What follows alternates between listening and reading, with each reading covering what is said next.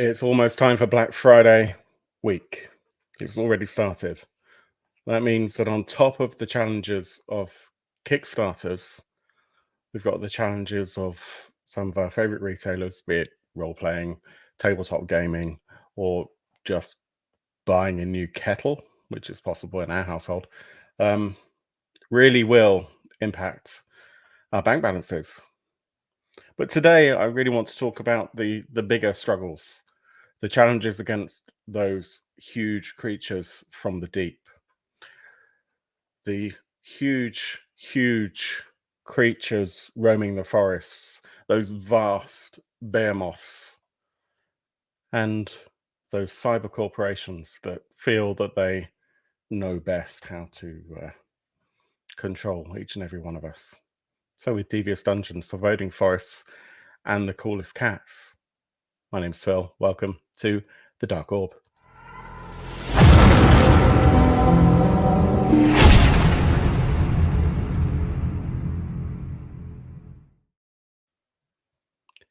How's it going, everyone? Really pleased you could join us. We've got a special guest today. A wonderful author of some great works, some of which are published and available to buy in print form. Some of them are on Drive-Thru-RPG. A huge asset to the Symbaroum community, creator of the Desanction, creator of the currently funding second edition of the Cthulhu Hack, business owner of All Rolled Up, and all round jolly good egg, Mr. Paul Baldowski. How the hell are you? I'm great, thank you very much. That was a wonderful introduction. I made it all up. I don't even know. I know. I realised I was almost convinced. I was waiting for a special guest to appear in a third panel or something. But thank you very much. I'm well, and I'm very glad to be here. It's been a while. I mean, it's been. Gosh, how long ago was the Desanction? It was a year ago. We were probably here because the Desanction was funding in November, and I think I'm noticing a together. theme here. Yeah. But I think it is probably a year. Probably is, it must be, actually, thinking about it. Yeah, we've been going a year, and our interview was one of the early ones. So, the style of the show has changed quite a lot since then. And yeah, we found it sometimes quite nice when doing the Kickstart Your Weekend, which is about highlighting some things that we enjoy that are currently funding, to actually bring creators on. Admittedly, quite often we have more people on the panel than today, and in fact, it's not impossible that we might get a couple of our patrons or friends from Discord just showing up. So that might happen. We do sometimes have people just spontaneously appear. Just a guest bomb. Yeah. Exactly. Okay. Exactly. So with that in mind, if you enjoyed the show, please hit the like and the subscribe and ring the bell and do all that sort of stuff. We've got a RedBubble so you can wear our merch, even though I'm not doing that right now. We've got a Discord, and the Discord is at this time completely open to anyone who wants to join. Just don't be a dick is basically the rule. Good advice in general. Exactly. Yeah. We're completely inclusive, except on that front. And even then, you can be a dick for a tiny amount of time. Just don't do it all the time. Yeah. No. Otherwise, I'd have to throw myself out. Oh, goodness me.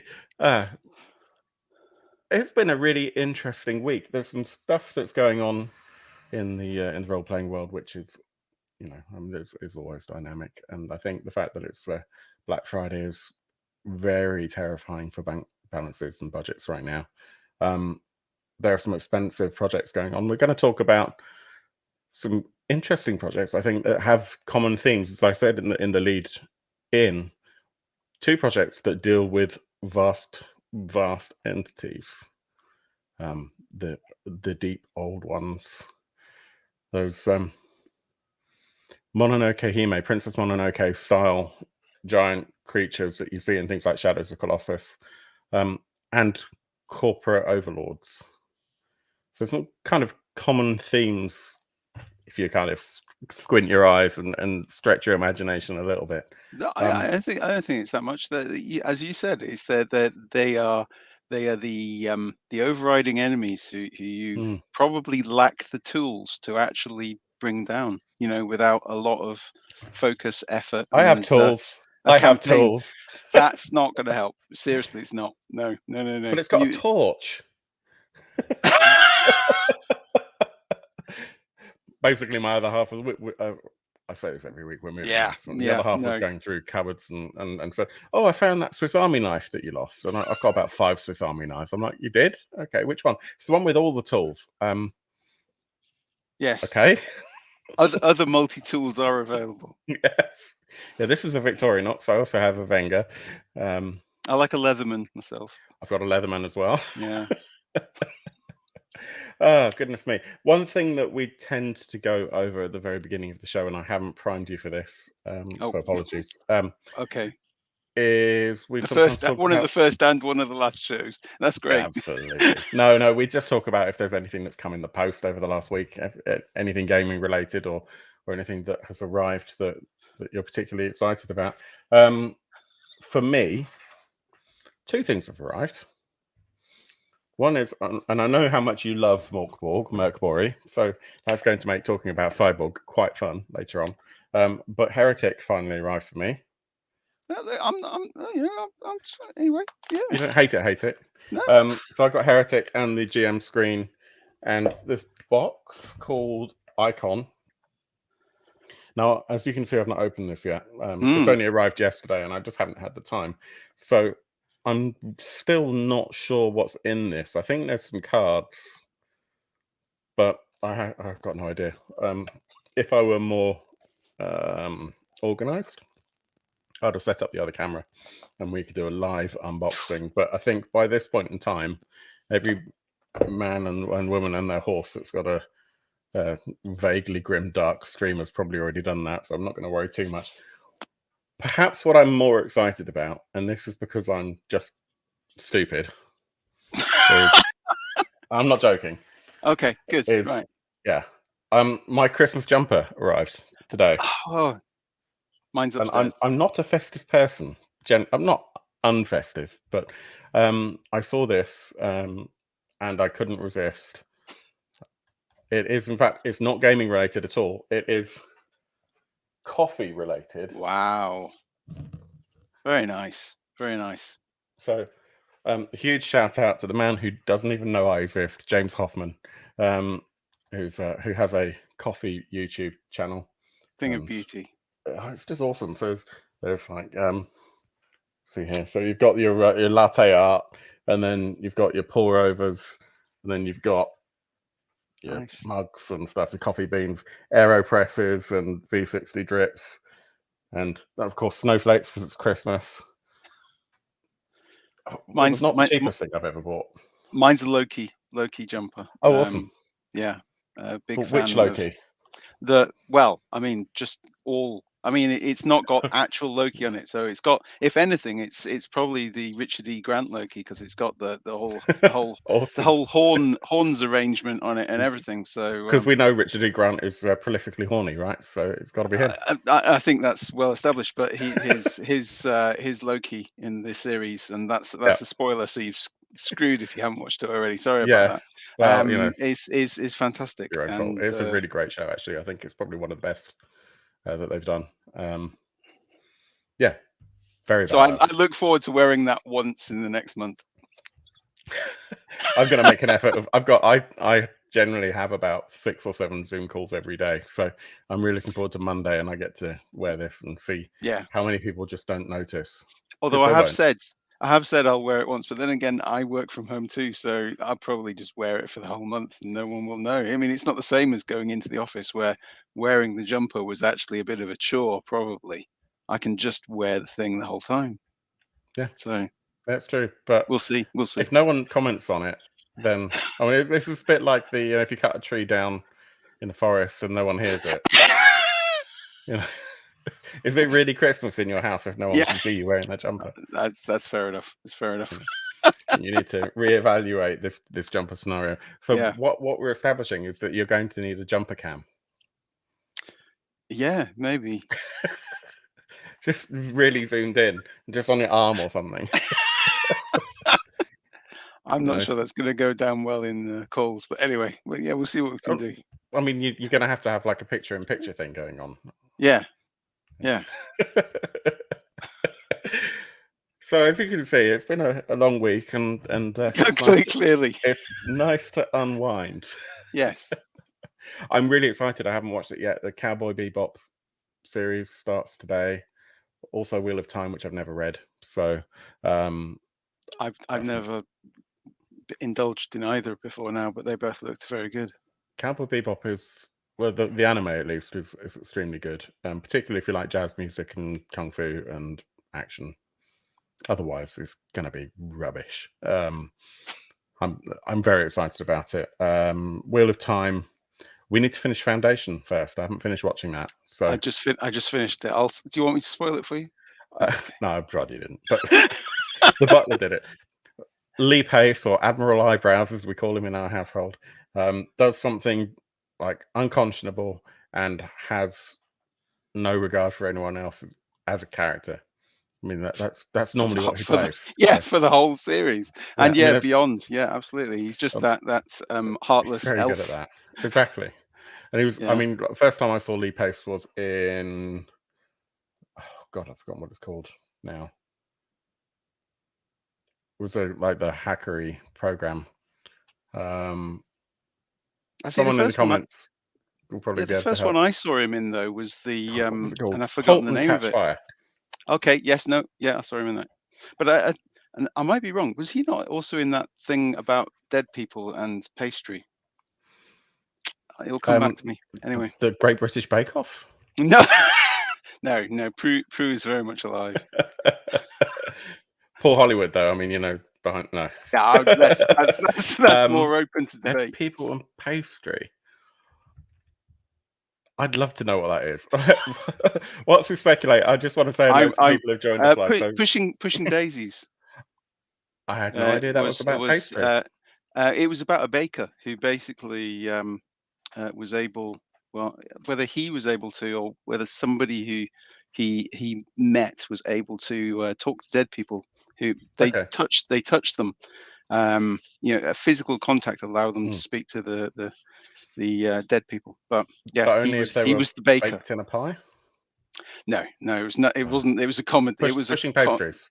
It was probably a romantic comedy, might be the best way of putting it. But about people who could see dead people. I remember the kind of the thumbnail, if you like, on streaming services, but I never watched it.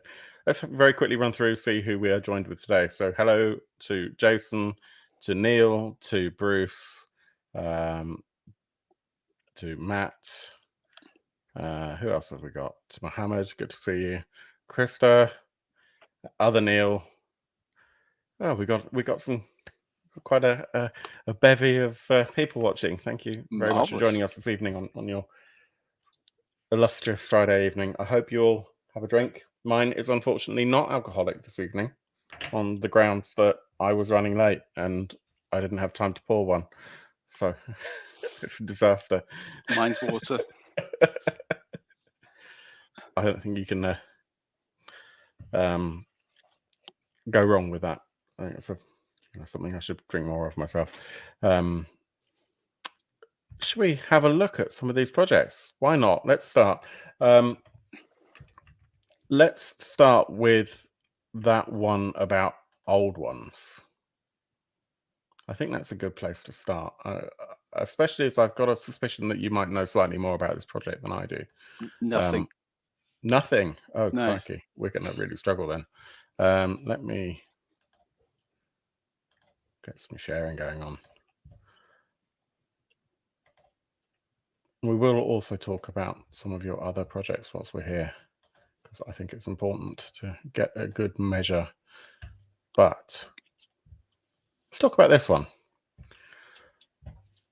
So I don't know too much in detail about this specific game, which is shocking, because Paul and I have spoken quite a few times in various places. I think it's fair to say that actually for me, my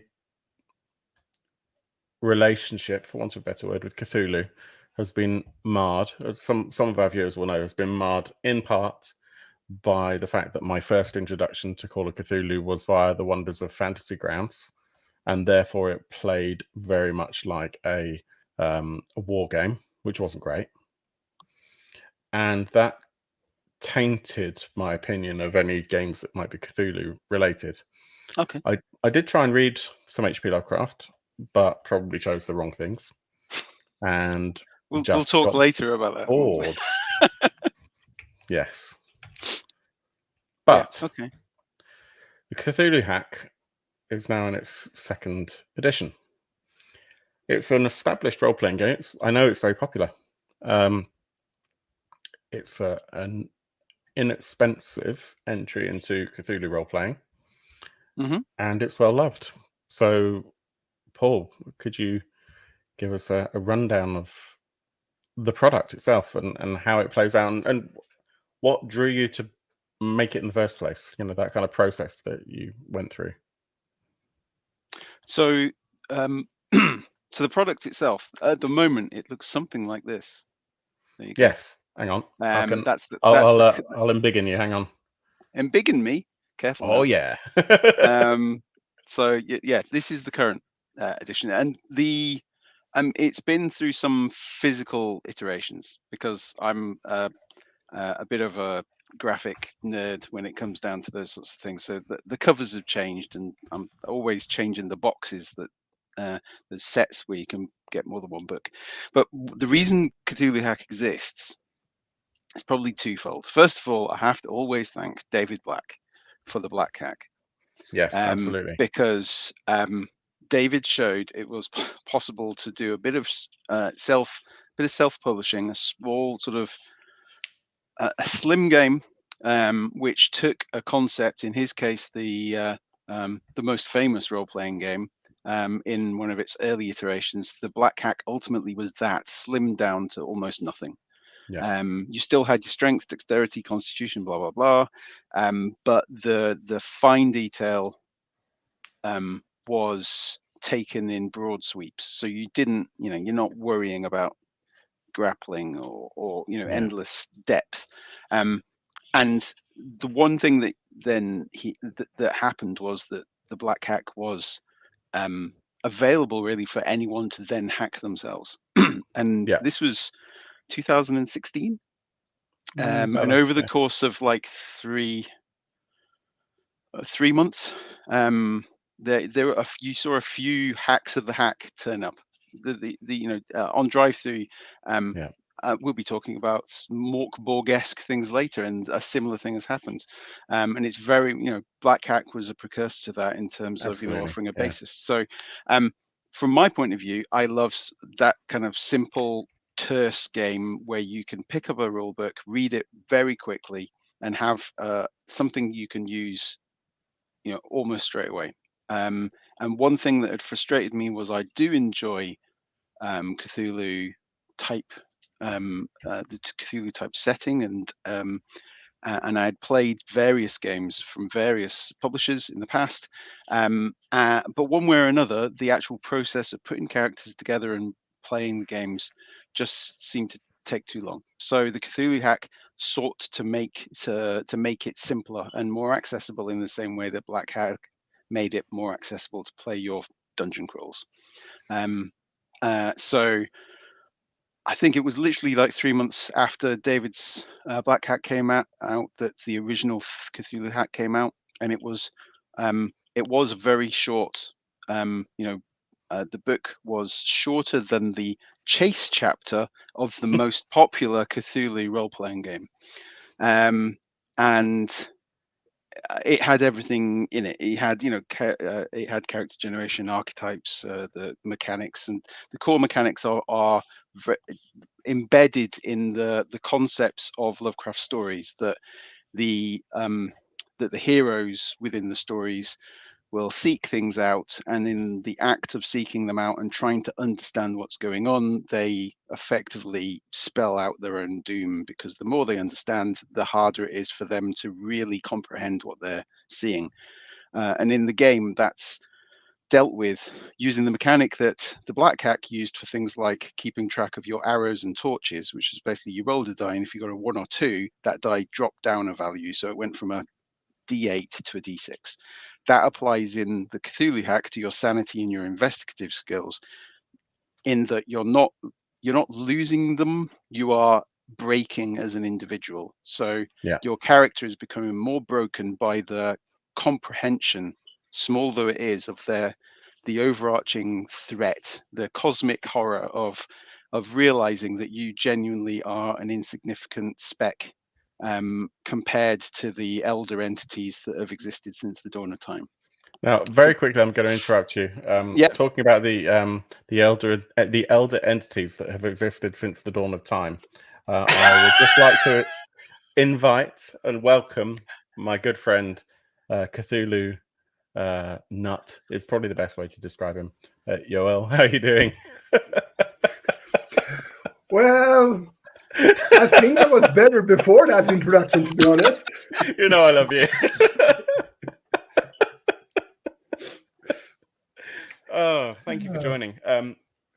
Yoel is a huge fan of Call of Cthulhu, and not only Call of Cthulhu, I think. So it was only apt that he joins us. Yeah, that sounds really great. I am a huge fan, more and more, of games that don't have 97 pages of rules. And I think that's what, and we'll talk about the new product from, I guess, Stockholm Cartel, Cyborg, in a while. But I think that's what makes Morkborg so popular. And it's maybe unfortunate that in the popularity of that and Mothership, and obviously Cyborg's doing very, very well, and there are other games that are doing equally well. It's like a lot of people maybe have missed those earlier games that didn't quite have the same impact, even though they laid the groundwork. And yeah, the Black Hack is certainly one of them. There was a very successful, relatively successful new Black Hack edition Kickstarter not so long ago. I backed that. Yes. Yeah, but I mean, your use of the word relatively is quite key there, because it was, I can't remember how much it got to, but it's nothing compared to the current likes of Mothership or which is in itself a small game, but perhaps has the key thing is that it's found a much a niche that is so, I know, it just seems to have grabbed people, immensely. But that last one did 50 grand for the second edition. So the second edition did 50. The Redux, which was the very recent one, only did 19,500, which it's not a lot for what it is. Yeah. And it's very challenging that that some of these other projects that are, they're great products, don't get me wrong, but it does very much dilute the I guess the cash pool to an extent. Yeah, it has which is basically what it comes down to. Yeah. Even the Kickstarter addicts only have so deep a pocket, and that is the challenge. And from my perspective, I had earmarked November a long time ago, and I couldn't account for what was going to appear during November, nor the fact that actually I wasn't even sure it was going to go live, because my previous Kickstarter, which I ran in June, I fell foul. I fell foul of Kickstarter before Kickstarter then did the announcement about the, if you've done less than 4 projects, you can't have more than 2 outstanding. And I actually was in the situation where I ran the Kickstarter for Desanctioned Adventures, the other game, in the middle of the year. Fulfilled. To be clear, it's just fulfilled 2 weeks early. So, so it was due to fulfill in December, and I the books have started going out this week, and already 200 packages of 397 backers have all gone out. But I understand why Kickstarter did it, absolutely. But at the same time, so you then have the situation where you have a finite amount of money with a lot of excellent products. And there's I can't I I can only aspire that one day I might get something even vaguely close. But and some rag called the site, indeed, Andy. But it was well received. That was. What you mean? Andy You said, posted it and you didn't have any that got my missing? No. Was But well no, received. There were no failed deliveries. But that's the unpredictable thing. I couldn't have imagined that I was going to raise even what I did last year, which was 27,000 or something for the desanction. I can't predict that that's a game about being an investigator of the supernatural in Elizabethan times was going to sell to anybody, never mind to more than 1,000 people. But again, it's. But where's my copy? Shelf, yes. There we go. Also available in softcover. No, it's not. This is the only one to buy. Unless it's unavailable, in which case it's available on softcover only. Don't buy this one. Don't worry about this one. It's great. So yeah, but that aside, the whole point of the second edition of Cthulhu Hack was that the original came out 5 years ago. And during the 5 years, what I've realized was a lot of people strongly associate, in many ways, Cthulhu Hack with dead investigators. The fact that you will have an adventure where at the other end you're either mad or you're dead. And for some people, that's actually a turn off because they enjoy games where they're the hero all the time, forever, until they reach nth level and the character sheet finally disintegrates or the tablet dies or whatever it is they're recorded on. So what I wanted to do with the second edition was make campaigns a more obvious thing and explain how they could work, which isn't necessarily as obvious in the first edition. So one-shotting it. Kind of, yeah. So the idea is that the second edition, which is this is clearly a mock-up of in a non-digital sense. This is a physical mock-up. Which has one. If I can get it on camera, the wonderful art of Paul Thoms, who I'll make you bigger again. There you go. I like that cover art so much that it's making me struggle with which version to buy. So I think in many ways there's a style thing, almost the slightly non-realistic creature thing that. What are you talking about? Non-realistic. Those are both real creatures, and I think it's unfair that we're abusing Cthulhu's personal selfiness. But the idea is to make the campaign a more understandable and achievable thing. People will still go mad and die, but it's making them understand how they can run a campaign when that's happening. And that will form a key part of it. But I also wanted to go back and sort of refine the game based on 5 years of experience of running and writing for it, while keeping it compatible with everything that's already out. Because I am a gamer with way too much on my shelf already, and I would not want to be. Want to be the person who's responsible for making people buy the same books all over again because I changed one key rule that makes the rest of them, out of date. So what's your go on, Yo. As for the survivability of the characters, it's basically the same stigma for Call of Cthulhu. For people who hasn't played it, the word on the street is you create a character, a new one for each session because you die or go mad. And looking behind you, Phil, you see Mask of Nyarlathotep. That campaign wouldn't exist if you died every session. I mean, it could be like Merc Body, where you just have 500 character sheets in the middle of the table. If you play, for instance, Mask or Horror on the Orient Express, you're gonna use up a lot of characters. Yeah. over a lot of sessions. It's not one session, one character. But the misconception of the game for people who doesn't play it or haven't played it is that is the way people play. You die every time. And you don't. Yeah, absolutely. So Jason says, Paul loved the game that you ran at the Garrison. Indeed, and I love that. So the Garrison is a hotel in Sheffield where there are a number of events held. The first of which was Furnace, but various cons have been held there since.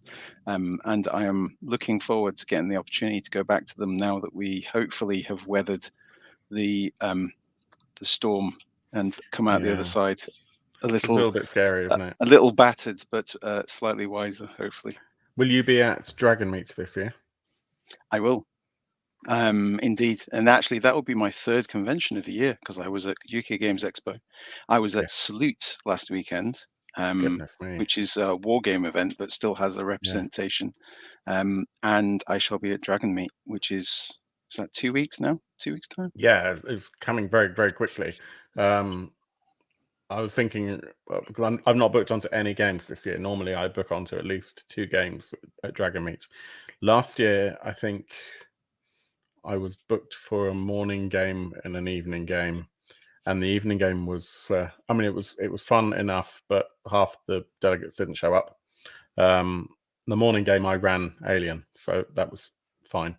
But for me, Dragon Meet is becoming more and more a social thing as opposed to a going to play role-playing games thing, which, you know, I think that's probably quite good because it means everyone has a bit of everything. Certainly, games do sell out very quickly. Yeah, well, I think as a one-day event, I think it has a stronger sense that perhaps it has the support for games, but I think it warrants people who do go along maybe just playing one game and then seeing a little bit more of the people who are there.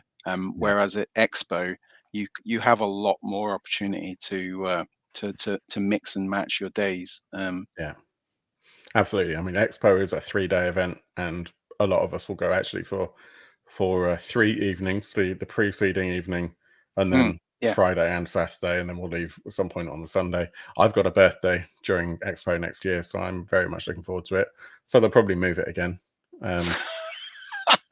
Of course, yes. That's what normally happens. Well, that's not true. That's what's happened the last couple of years, obviously. But I love Expo. The Dragon Meet has got such a nice family feel. Nervous of what will happen if and when they move it to a larger venue. But I guess we'll have to see how it goes this time around. Indeed. What's your history with Cthulhu before Cthulhu Hack? Did you run a lot of Call of Cthulhu or Pulp Cthulhu or anything like that? So the Cthulhu was one of apart from I think a single session of D&D, Red Box D&D in 1980, ages ago. Back when you were 2. The next game I played was Call of Cthulhu. The Games Workshop box set, 2nd edition box set, I think. And funnily enough, I'm not going to reach for it now. It's behind me here. I was in an online chat for the Kraken. Actually, I'm lying about the number of events I've gone to this year. Ever. I have been to I went to the Kraken in Germany a little while back now, not so long, but there's a monthly chat amongst the people who've been to the Kraken, and Rick Mintz from Chaosium was on it, and I shared with him. I have my original character sheet from 1983. Something. I think it's 1983. So I mean, it's 40, almost 40 years old. And actually, Rick then said he showed me a copy of his RuneQuest character from a very long time ago, and then actually wafted a folder full of Greg Stafford's characters, which have been acquired since. Unfortunately, Greg passed, and I've come into the hands of Chaosium to form part of the sort of their museum, so forth. But that was the first time I played Cthulhu, and actually I played a lot of games with that. And my investigator And anybody who's familiar with American TV of that period will recognize the name. My investigator, Matt Houston, actually retired. He didn't go mad. He didn't get killed off.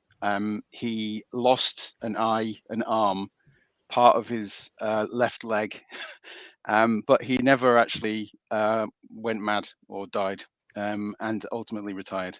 That's super cool. And yeah, as I said, his character sheet is right behind me on the shelf in the original box of the game that I played in, because I stole it off the GM. So the shocking thing for me is that apart from that one, I think I've played Call of Cthulhu twice. The one time that I mentioned Fantasy Grounds just ruined everything for me.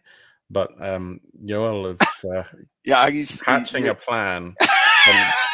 We haven't started doing this yet, but we are planning a couple of interesting things for the channel. I think one of which will be a normal Call of Cthulhu multiplayer campaign. And independently of that, we're going to do a little experiment with a one-on-one. Okay. One-on-one Call of Cthulhu. We're getting there. We've done the character generation. We just need to like get around this whole real life being a challenge thing. Yeah. And actually start recording it. And that's been quite a popular thing recently, obviously, with various games getting rule sets for one-to-one gameplay. So it's yeah, absolutely. Yeah. And it'll be slightly more interesting, hopefully, than just a solo role playing. Just recording a soliloquy into a yes. Yeah, and this one will be a module for the Swedish edition that we're gonna run. They made a Swedish edition of Call of Cthulhu like a year ago, and it is a reallocation of the setting. So it's in the Swedish 1920s, because a pure translation of the Swedish version wouldn't, to be honest, it wouldn't fill a purpose in the Swedish market. We've been playing Call of Cthulhu since the 80s as well. So, and my English isn't the best in the country, but quite average, I would say, meaning that most of an age that could use Call of Cthulhu can read it and can play it. So a pure translation, wouldn't have a market. So Phil will be going to the very, very north of Sweden in the 1920s. Not my character, just me personally. Yeah, I'm going full method. North and That's then you're fantastic. Yeah, full method. But I have a question for you, Paul, regarding Cthulhu Hack.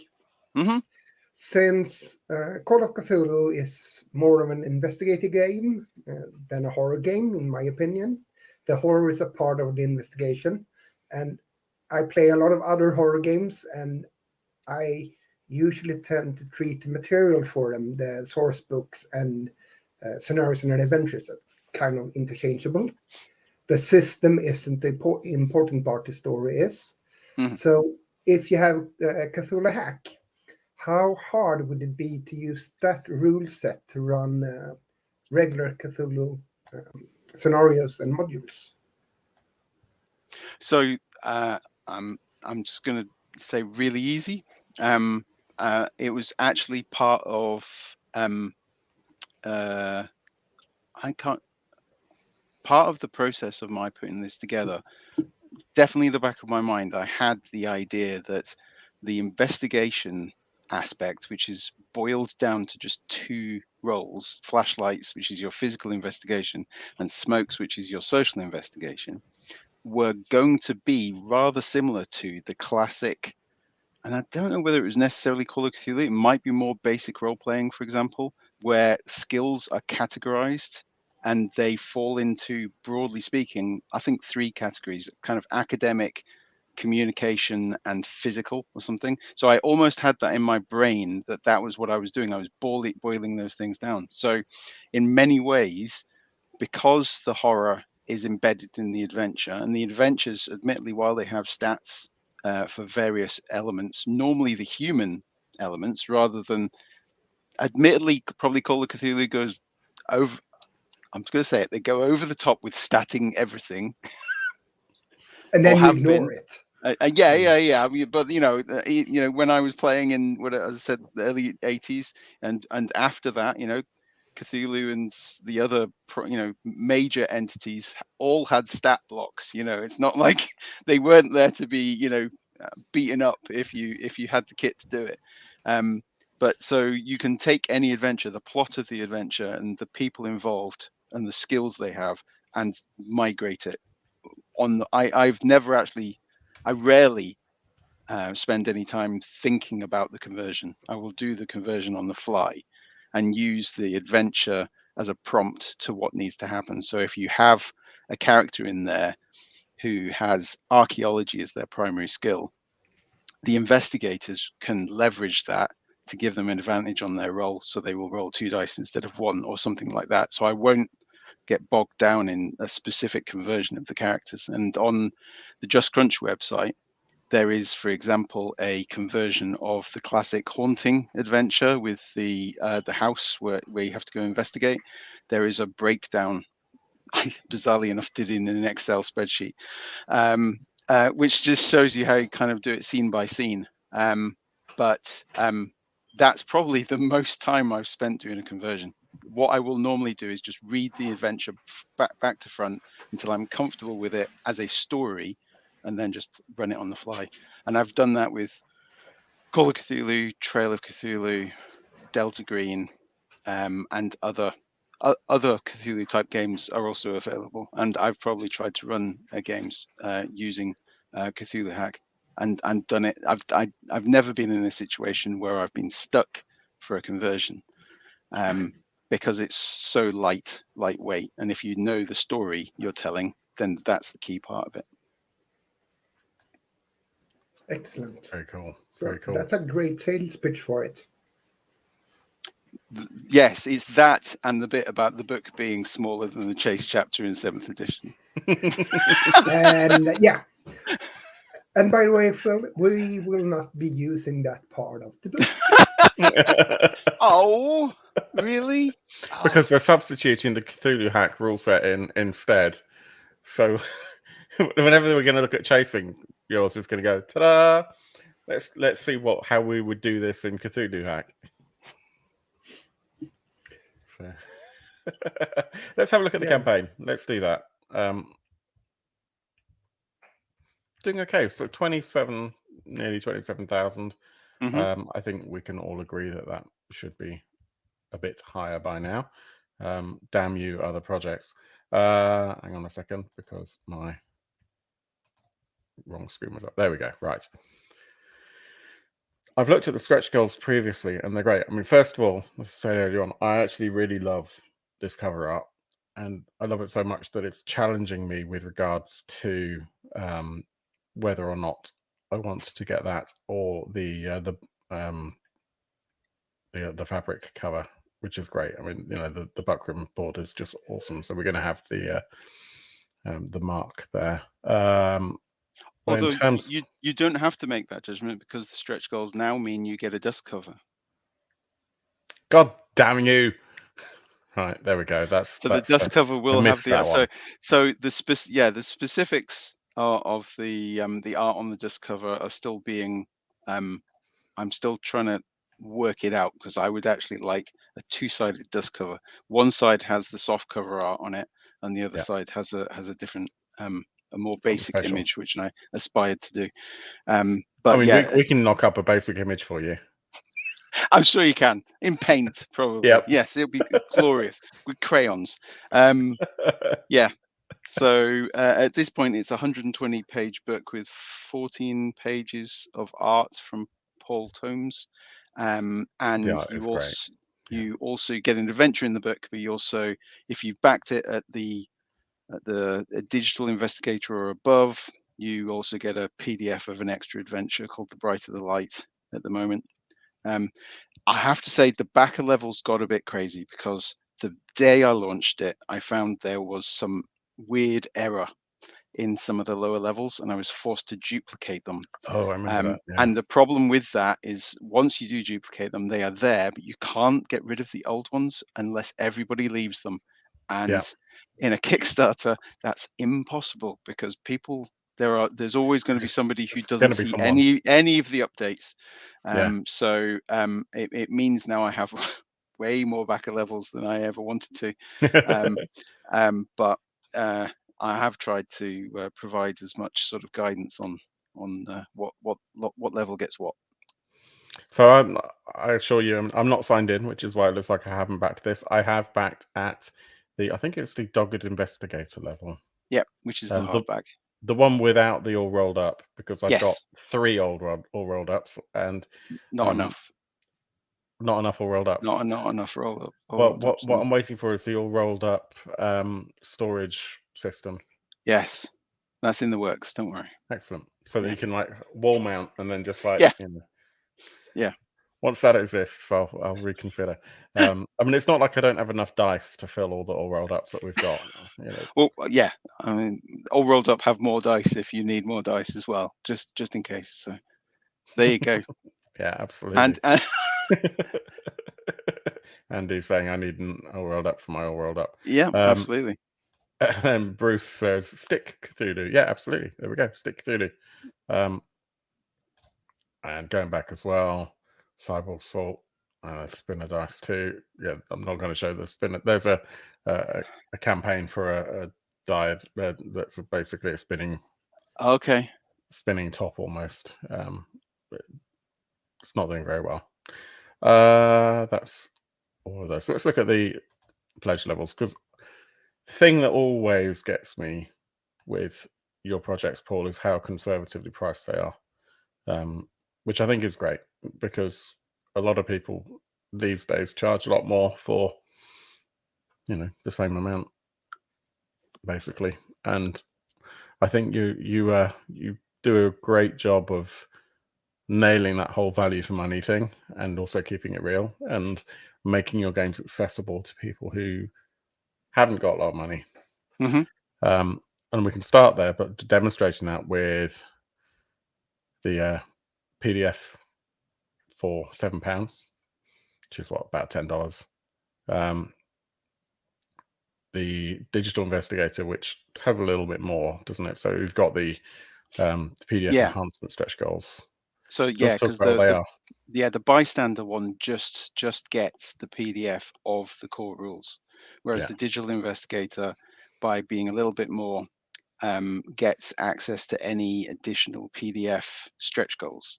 And to be honest, originally I didn't have it in there because, as you actually have said, my calculations are about offering the best possible deal for the print edition. And it was all driven around that. So that was the only reason why I had basically a raw digital. This is just PDF. That's all you're going to get if you go for that, because the campaign was all about getting a physical book into people's hands. So the only reason I then added the Digital Investigator, because I had several people asking, why not? How can I get hold of the additional stretch goal adventures? So, and I think it's kind of changed a little bit. We were talking in an earlier episode about the Genesis, for example. Beautiful game by Six More Vodka. At the beginning of the first lockdown, they decided to make everything digital, with the presumption that if you make everything digital for free, everything. So 600-700 euros worth of books, you bought them at retail full face value. As an experiment, making the presumption, and I can't blame them for this, of our books are beautiful and stunning, and our game system is really good, and we've got such a rich world that if you get all the PDFs and you don't have to get them through dodgy websites, so we make them super accessible, then it stands to reason that everyone who loves our game will just go and buy it. And unfortunately, it hasn't worked for them. I think the number was something stupid, like 60 copies of the core book are sold in 2 years. Yes. And I think from the perspective of a publisher who does PDFs, I've tried pay what you want as an option sometimes, or even some of the early Cthulhu Hack stuff. I did a supplement which was based on somebody else's a kind of a conversion of somebody else's stuff. So I offered it as a pay what you want, and I think I did another one as well. And somewhere deep down, you hope that the time you spent on it will see some small reward from those people who appreciate the fact that you have spent time on it and given it away, almost Yeah. giving it away effectively. It just doesn't happen. I I think have things that where people, what's worse is people who pay a cent or something. I've had people yeah. pay a cent, like, and I don't want to be mean spirited, but that's worse than giving me nothing.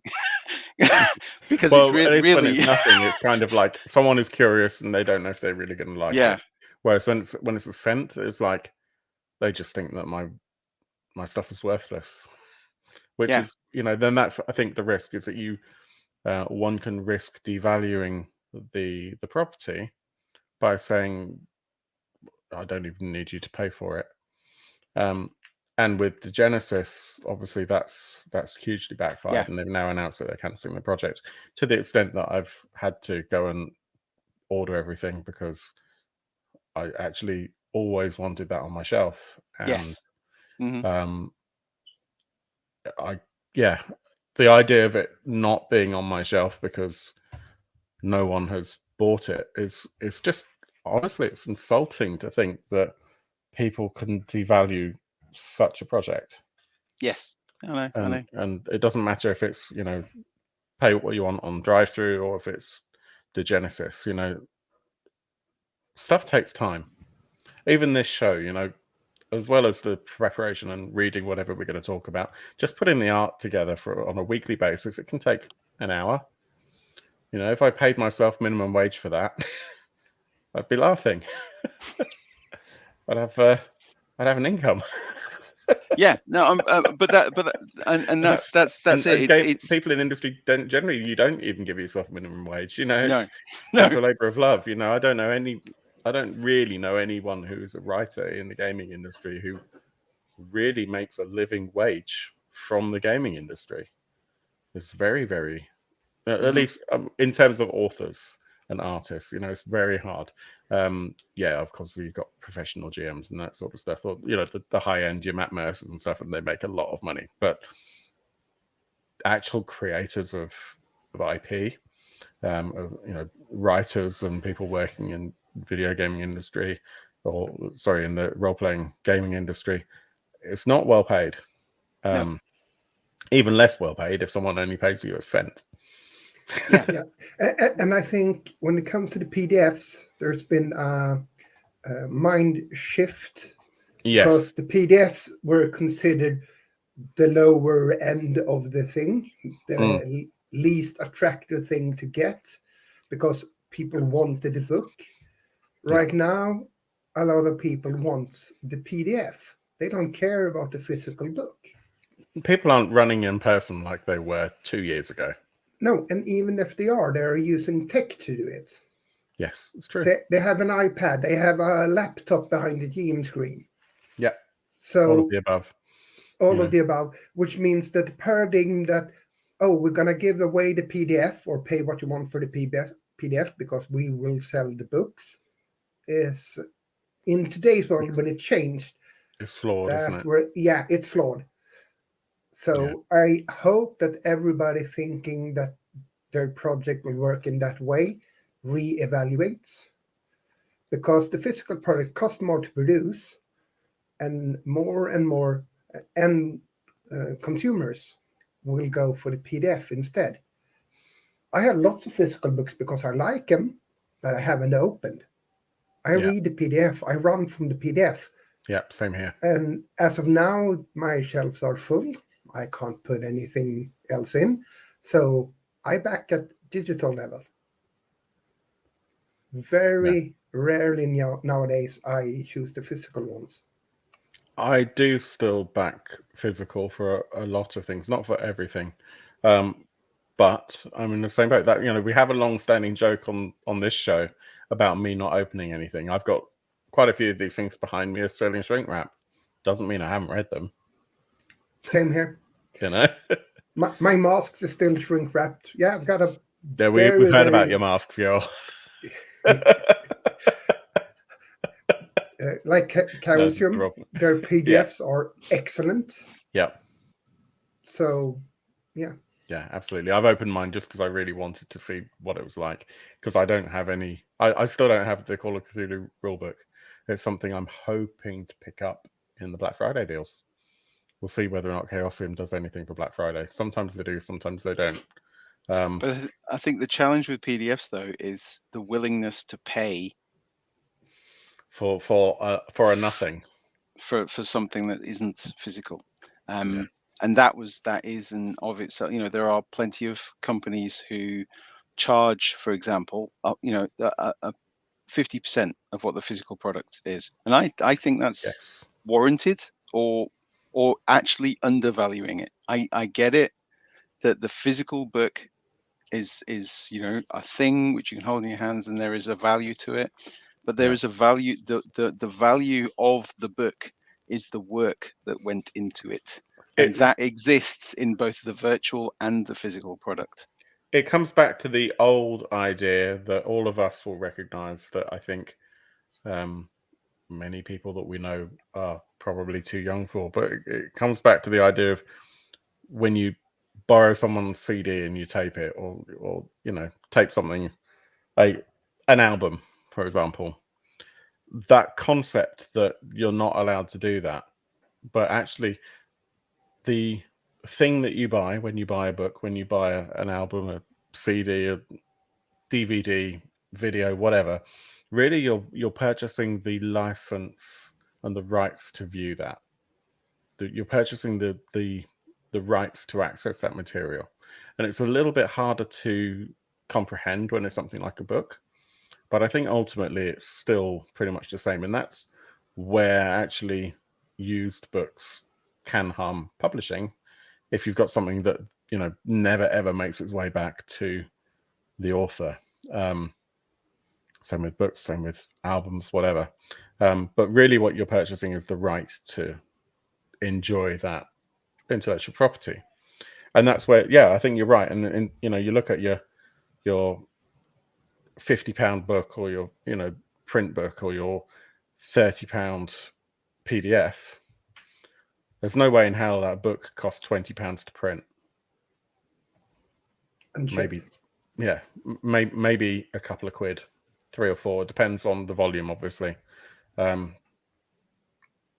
What you're really paying for there is not the book, it's the production of the material that is then printed. And likewise, this comes back to that whole thing, that joke I made about minimum wage.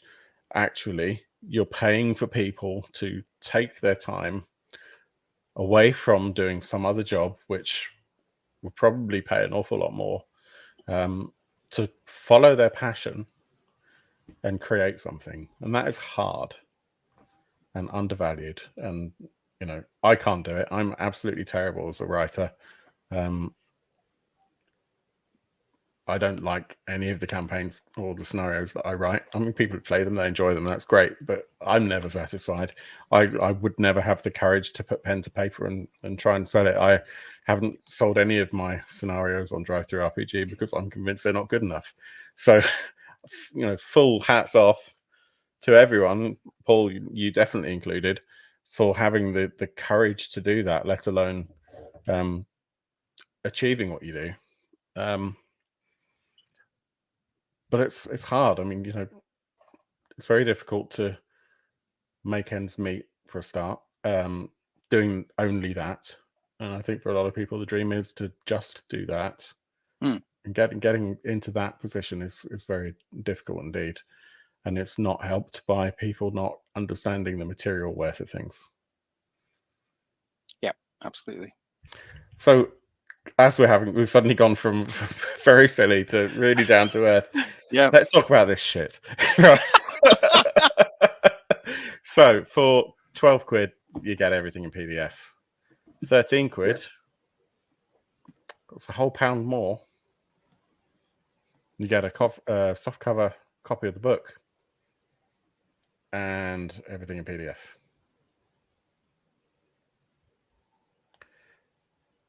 Oh yeah, and we were talking earlier on about there being 2 kind of identical pledge levels. Basically, the add-ons broke, if I recall correctly. So you couldn't put add-ons on. So for anyone who actually wants add-ons, you need to make sure that you're in the right select this reward. Otherwise, it just goes horrible. I mean, I guess it's going to go to Pledge Manager, and if they over pledge, then so we use our own fulfillment platform through All Rolled Up, and we will make sure that people, whether they've moved across or not, they will get the add-ons. So. Yeah, and then they can tip if they want to from there, I can imagine. But yeah, so it's £13 for that. £25, you get the hardcover with the book enhancement stretch goals. Yeah, so that's like the dust cover and so forth. And then £45, get the hardcover, you get the game roll. There are a couple of different rolled ups, I think. Yes. So there's there is a standard version of the Nemesis, which has a herringbone tie. That is, which you can see in the lower picture there. Oh yes. That's the herringbone tie, which is basically like a ribbon, but my wife would kill me for calling it a ribbon. It's not a ribbon, it's a herringbone tie. I know nothing. And then yes, the limited edition is the buckle. I love the buckle. I've got the. I can't remember what it's called now. This is my beloved daily driver. Yeah, that's an oilskin. It is. There we go. So it's got almost everything that I need in there. But it's one of 3. Yeah. And then I think the highest level is a Descent into Madness, which is another buckled one. The picture isn't on there, but it has the same picture as the stretch goals. So you got it in the updates? Yes, probably this one here. Let's have a look, see. Oh yes, so it has that, which is Paul Holmes's image, which is used as the background for the stretch goals. And that has a buckle as well, and lots of madness within as well, with that incredible swirl effect. So. See, I just have my eyes in. It's got lovely sort of streaks of gold, and that's the same with the yeah.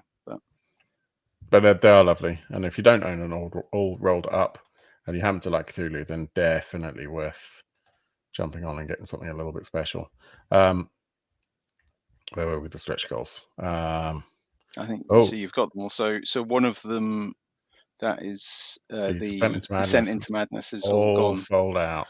But there are some of the Nemesis standard and limited available, because we made 25 more of each available after an inventory of our materials, which is often a challenge actually in terms of finding.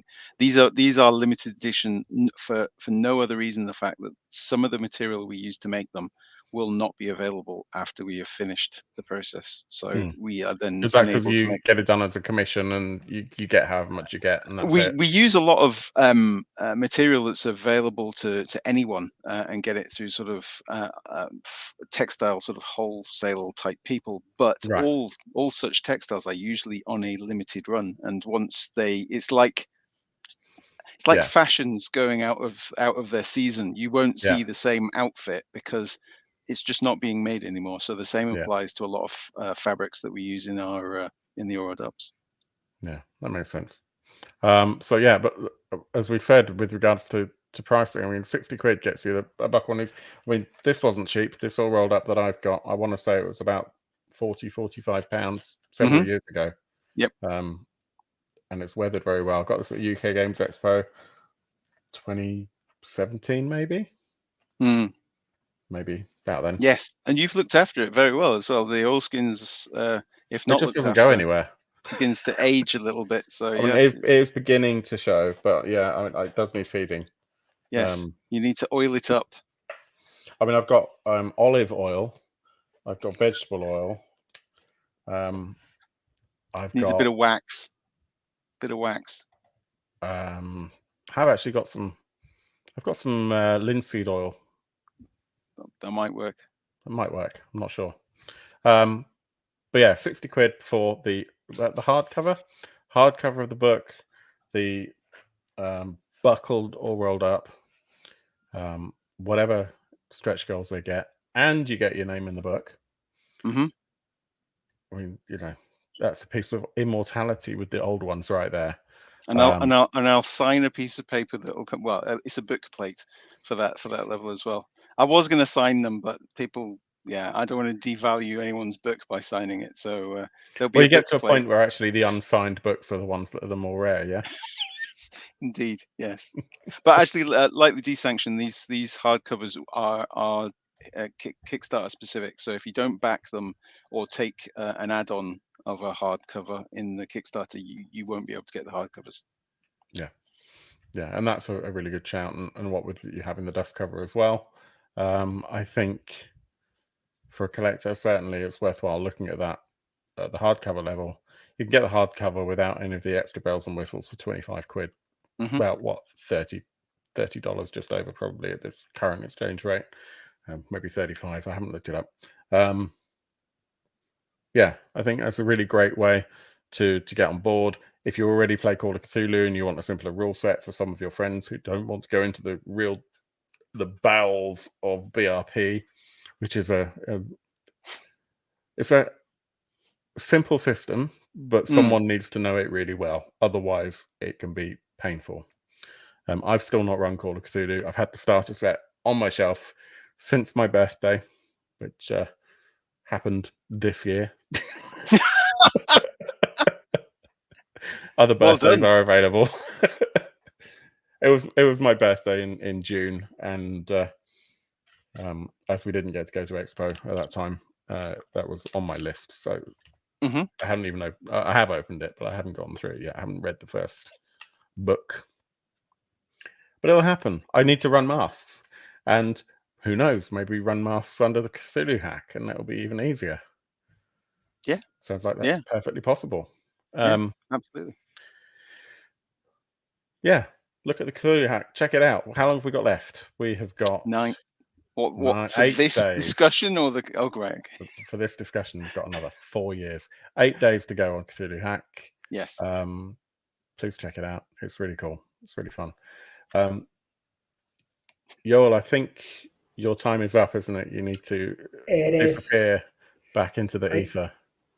Back into the ether, aka be with the family. So really good to see you, my friend. Good luck with the Kickstarter. Thank you. Yoel, when will we see you again? Have you got anything planned for the Dark Orb?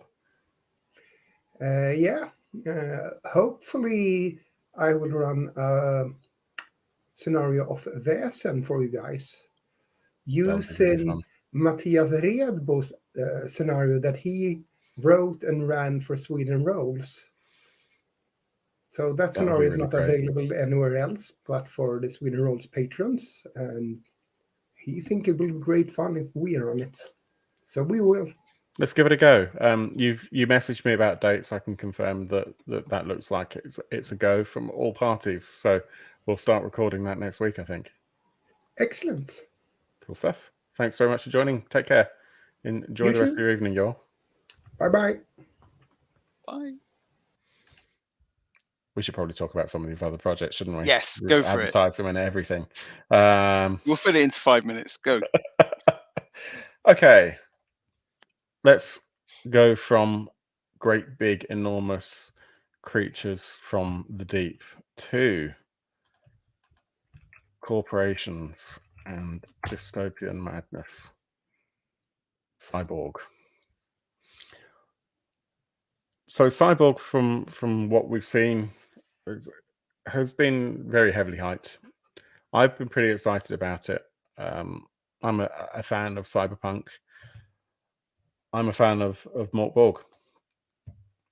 Okay, it's not the most intricate system, but I do like the art first aesthetic personally, purely because I think it does a really interesting job of setting the tone of the game without worrying too much about the text, which is a fucking good job, because I find the text largely incomprehensible because of all the bright colors.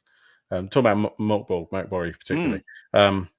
I find that book almost impossible to read. I love it. It's on my shelf. It's up here. You can see it. Mm. I've run it a lot. I've played it some, and I really enjoy it.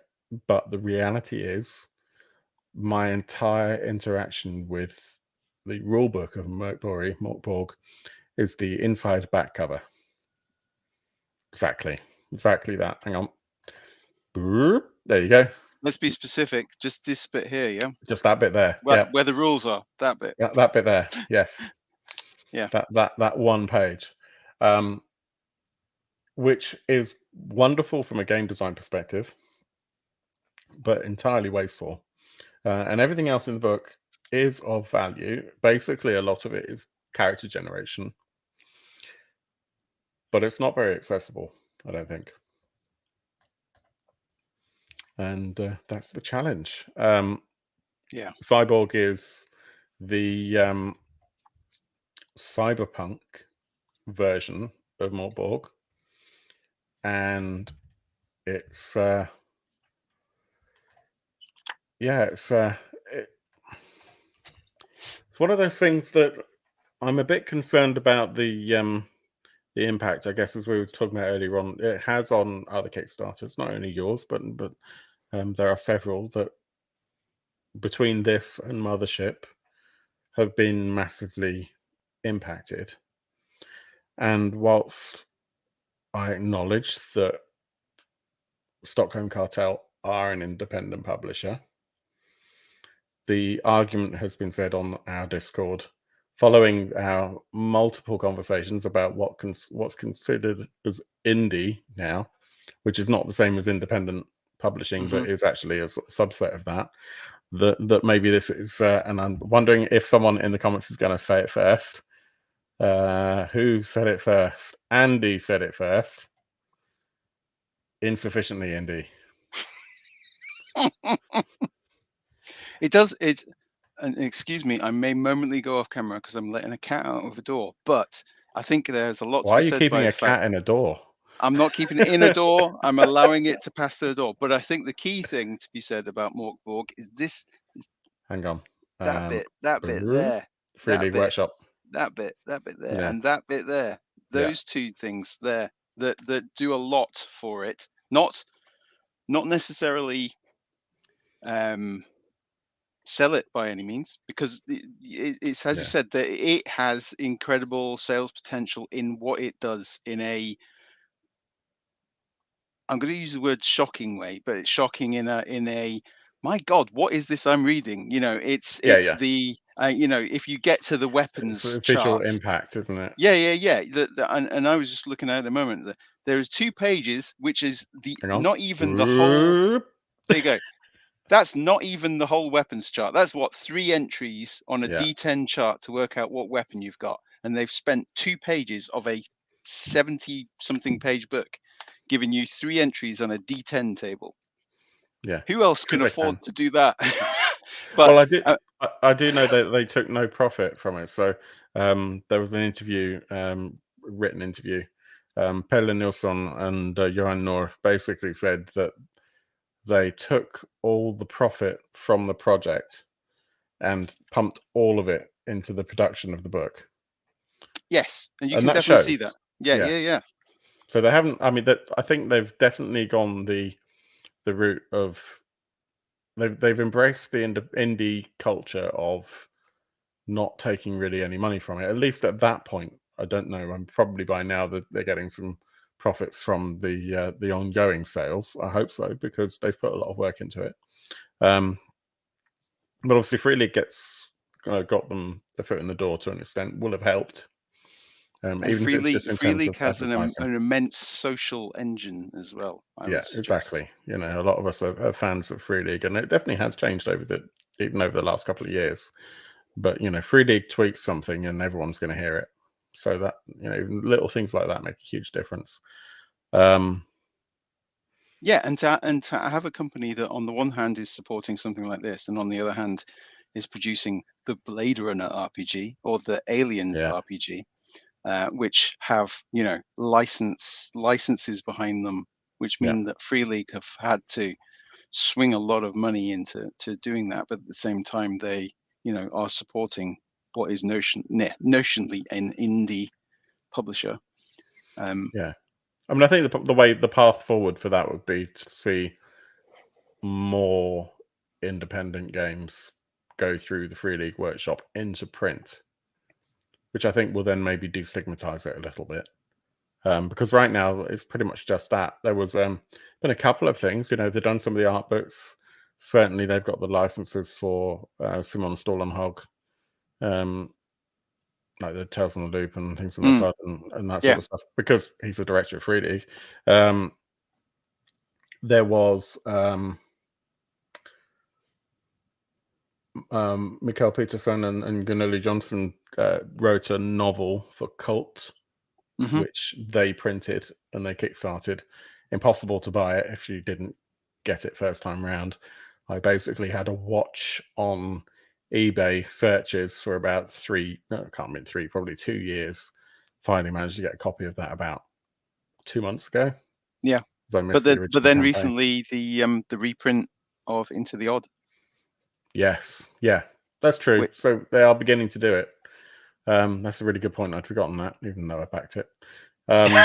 That's not good. That's you need to have that seen too. That's not a condition you want to get in. Once you hit 40, it all goes downhill. Oh damn.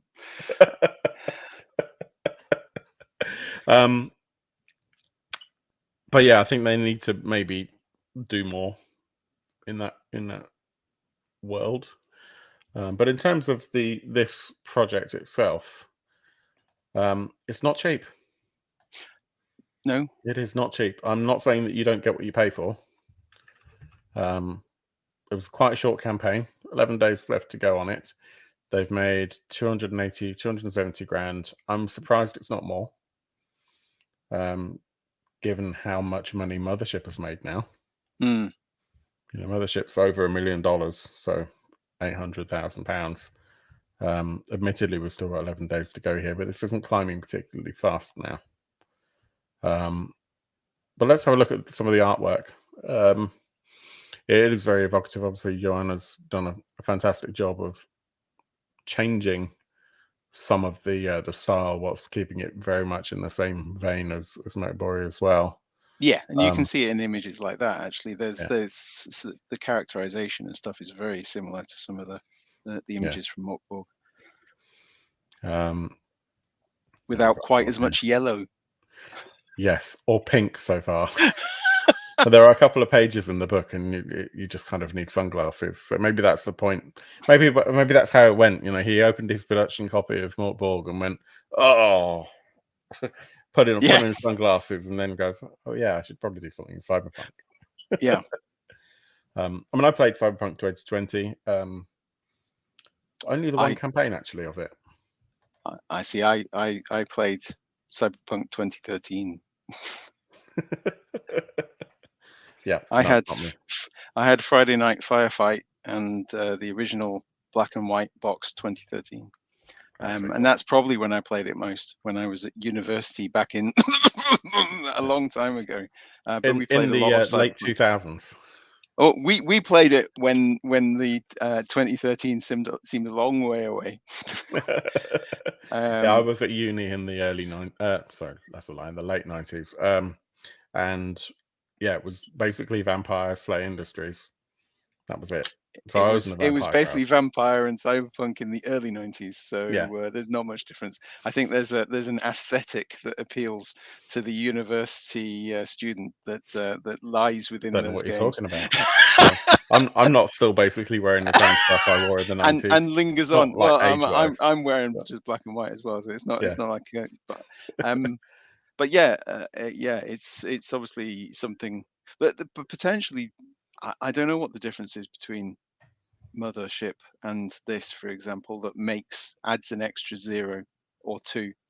I think there's an illusion that Mothership is a lot more independent and therefore less bandwagony in some weird way, but even though it's ended up more successful, it's a very different feel game as well. I think maybe Is it?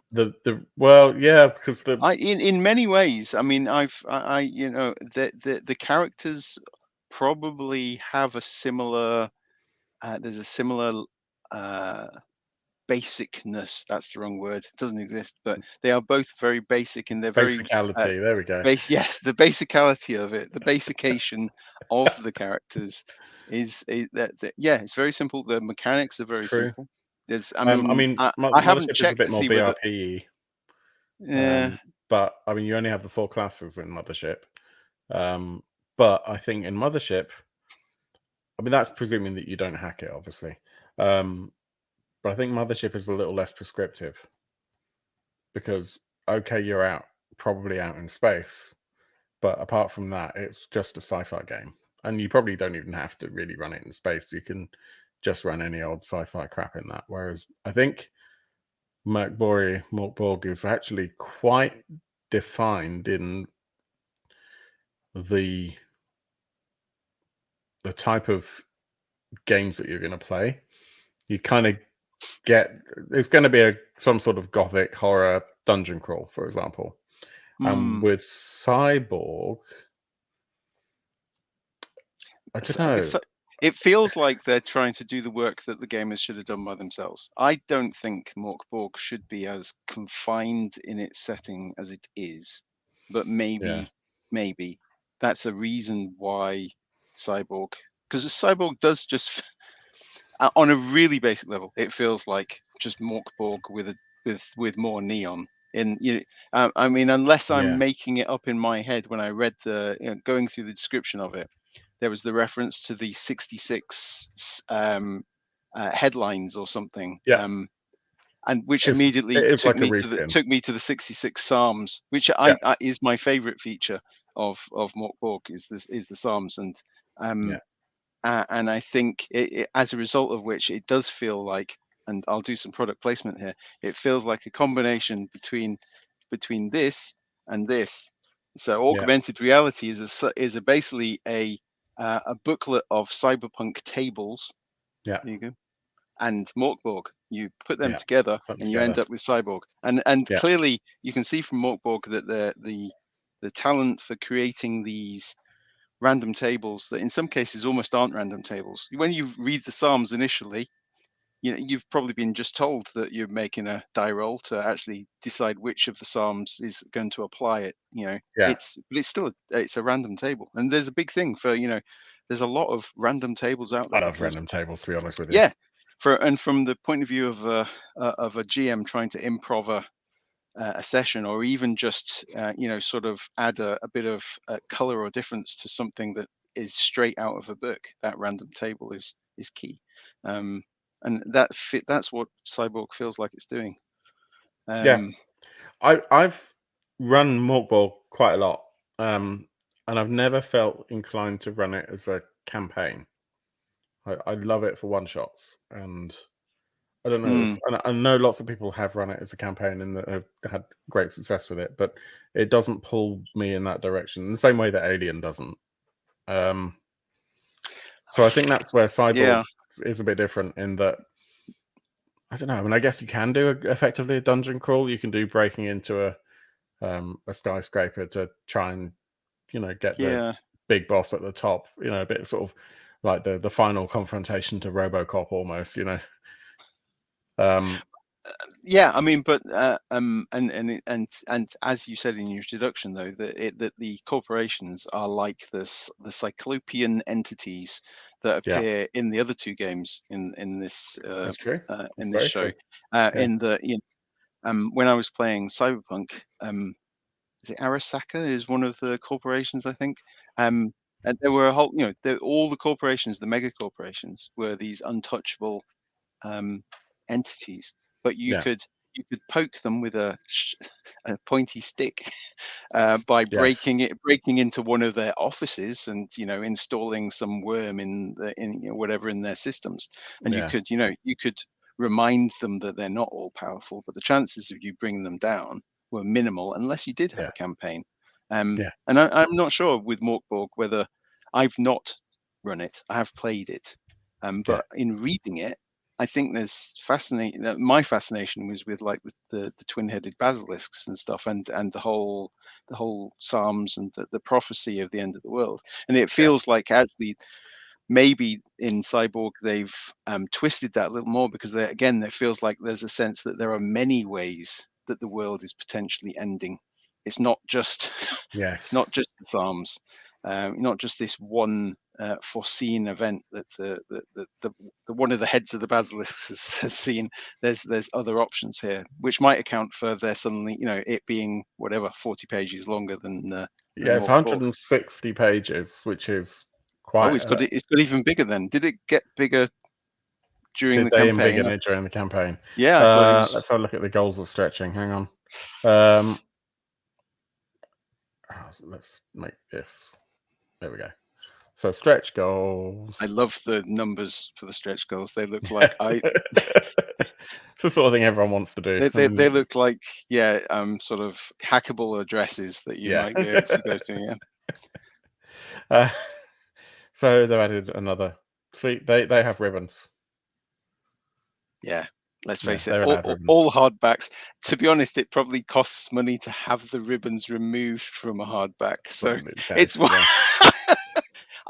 It's one of those stretch goals you go, did that hardback actually have to have a ribbon added, or was it in fact there all was along? it that there was already a ribbon in that model of book? Yes, yeah, I think it was. Let's see, digital character generator, glow in the dark ink on the spine, but only on the standard edition, which I kind of find a bit disappointing. Guest writers, actually, the guest writers is really interesting. Digital mission generator, more guest writers, more content, poster, digital NPC generator, more content that's not in the book. So actually, I guess that first one. Oh no, that's digital punk generator. Okay, maybe I just misread something somewhere. I thought it was shorter than that, but I'll be interested in seeing what's swelled the pages, because obviously, with Mork Borg, actually one of the things about it is that it is pretty short, and as we've pointed out, the rules are contained in half a column on half a page. Yeah, in a not very large typeface. Yes. Admittedly, earlier in the book, it's not in half a column and half a page. It's sprawled out probably a bit more widely. I'm actually really excited about the fact that I've now got the GM screen, which I haven't opened yet, which arrived with Heretic. Okay. Because this is going to have a whole load of tables that were previously inaccessible due to the layout. So I just didn't use them. Fair enough. So, for me, that's doubling the value of the game now, because of stuff that I was just ignoring previously because it was just a pain in the ass to find. Writers is interesting. Kirkland, Brian Lecture, Carl Nibler. That's really interesting because he recently did Death in Space, which is basically a Mork Borg version of Mothership. Chris Bissett, Joe Herrera, Emmanuel Melo, Fiona Maeve Geist, who is one of the primary writers, or certainly a huge contributor for Mothership. So that's quite an interesting one. Rick Saunders, Jamila Najadi, Carl Druid. This just basically shows Magnus Vetter, who sometimes watches the show. You can see Magnus. Berlin Nilsson, obviously. So I think this just goes to show. Yeah, Luke Gearing actually there is quite interesting as well. Yeah, Luke Gearing as well. Because Acid Death Fantasy for Troika is a fantastic book in the weirdest possible way, and actually you've also got Gradient Descent, which is a Mothership book. So yes, yeah, I haven't read Acid Death Fantasy yet. I've got it there. Troika only arrived during. They had a big sort of bundle sale, so that arrived relatively recently. I'm really excited to try and give that a go. It's like a really fun game. So, that just shows how much gravity they have now, Stockholm Cartel, to be able to not only convince people to write for the books, but I would presume also pay them. So that's a large cast. Yes, absolutely. My name wasn't on the list, but maybe next time, huh? I think you're just too good for them. That's the Oh thing. no! Don't listen to him. I'm open to almost any project. Any writing project, I'm there. Anyway, no. Any writing Carry on. project. even Matt Borey, especially Matt Borey. Well, yeah, maybe they'll do a Cthulhu Borg at some point. Maybe. Old Borg. Sounds like some sort of weird cologne, doesn't it? No, surely the name of the game will be a translation of something more like the Dark Fork for Mork Borg or whatever. It'll be something for more esoteric and unnameable. Anyway. Swedish speakers, let us know what the Cthulhu version of Morkborg would be if you're watching. Let us know in the comments. Okay, let's have a quick look at the add-ons. So the add-ons, you can get another copy of the book, get the swanky copy of the book, the asset which, pack. as you said, though, doesn't have the glow in the dark. No, so that's a bit. doesn't. It is, but a it's bit. got shiny. It's got a silver rectangle on it. Mirror shade. Yeah. Yes, exactly. The Nano Edition asset. No, sorry, the asset pack, which looks like a baggie, but it's printed on a book. Yeah, interesting. Morkborg, Cult, Heretic, GM Screen. You know, they're things. You can have them. In terms of what you can actually pledge for, so this is just a thanks very much. It's £1. PDF is a tenner. Then the PDF and the physical book is £38. That looks like. And 52 for the asset pack and the physical book. So that's basically 2 books. And it starts jumping all of a sudden. So £75 gets you the special edition of the book and the asset pack and the 2 PDFs. And then what we would refer to as the fill bundle, which is the buy everything variant, which is both books, the asset pack and the 2 PDFs. Or, I don't know if you saw this before, but they had like this recursive machine portable noise box thing, some sort of electronic noisemaker, sold out immediately. Of course it is. And it was, quite a lot of money. Yeah. Okay. That there's no fear that I accidentally would have backed that if I was there early enough, because that's crazy. But that just sounds like you're just saying that so that your lovely wife doesn't discover that you've just bought this. There's no way that I could possibly have backed that if I saw it. Don't tell her. Don't. No. No, I've backed it at PDF. I'm going to be honest. I've backed it at PDF because yes, I can see myself using it, but not necessarily enough to have the shiny book in front of me. I have backed the special edition purely because I was really upset that I cancelled backing Merc Borey, and the special edition of Merc Borey was actually really something nice. And I might change that yet, because the reality is whether or not I'll get this to the table is completely another question. And I'm struggling to get some of the stuff to the table right now. And more books still coming, things that I backed a year ago. Other cyber games are available. This is very true. In fact, Jim pointed out Reboot the Future RPG is another great cyberpunk Kickstarter that's currently live. I'm not going to have time to show that this week, but if it's still showing, we can always bring that up next week. I'm sure Newt would be happy to. No, he probably wouldn't pop in. He's a very shy, retiring character. Yeah, I'm spoken to actually. Very quickly. 11 days to go. We'll certainly discuss it next week, even if we can't get Newt on. But let's very, very quickly look through. I remember seeing the art. 11 days to go. This definitely does need some love. You can jump on with a PDF and print on demand at cost for 15 quid. I mean, that's basically criminal. If you like cyberpunk, check it out. We'll go into it in more detail next time. It's the liminal under the hood, which makes it interesting. Actually, that does make it interesting. Going back to Cyborg though, because we are overrunning a little bit, Just a bit. just a bit. Back on. They've got 11 days to go. They're doing hugely well. Yeah. One could argue that if you don't have FOMO and you're not that bothered about the extras, you could just wait for it to hit retail. They've done really well. If you actually do care about the extras and you want the limited edition, then yeah, now's the time to get it. Yeah, but as you saw in the add-ons, when that Lovecraftian one comes out later, Yeah, the Elder Borg or whatever, yeah, Paul Borg. no doubt you'll be able to get Cyborg and Morkborg as an add-on. So you can absolutely. Yeah. So it's really just about anything that's kind of Kickstarter exclusive. Yeah.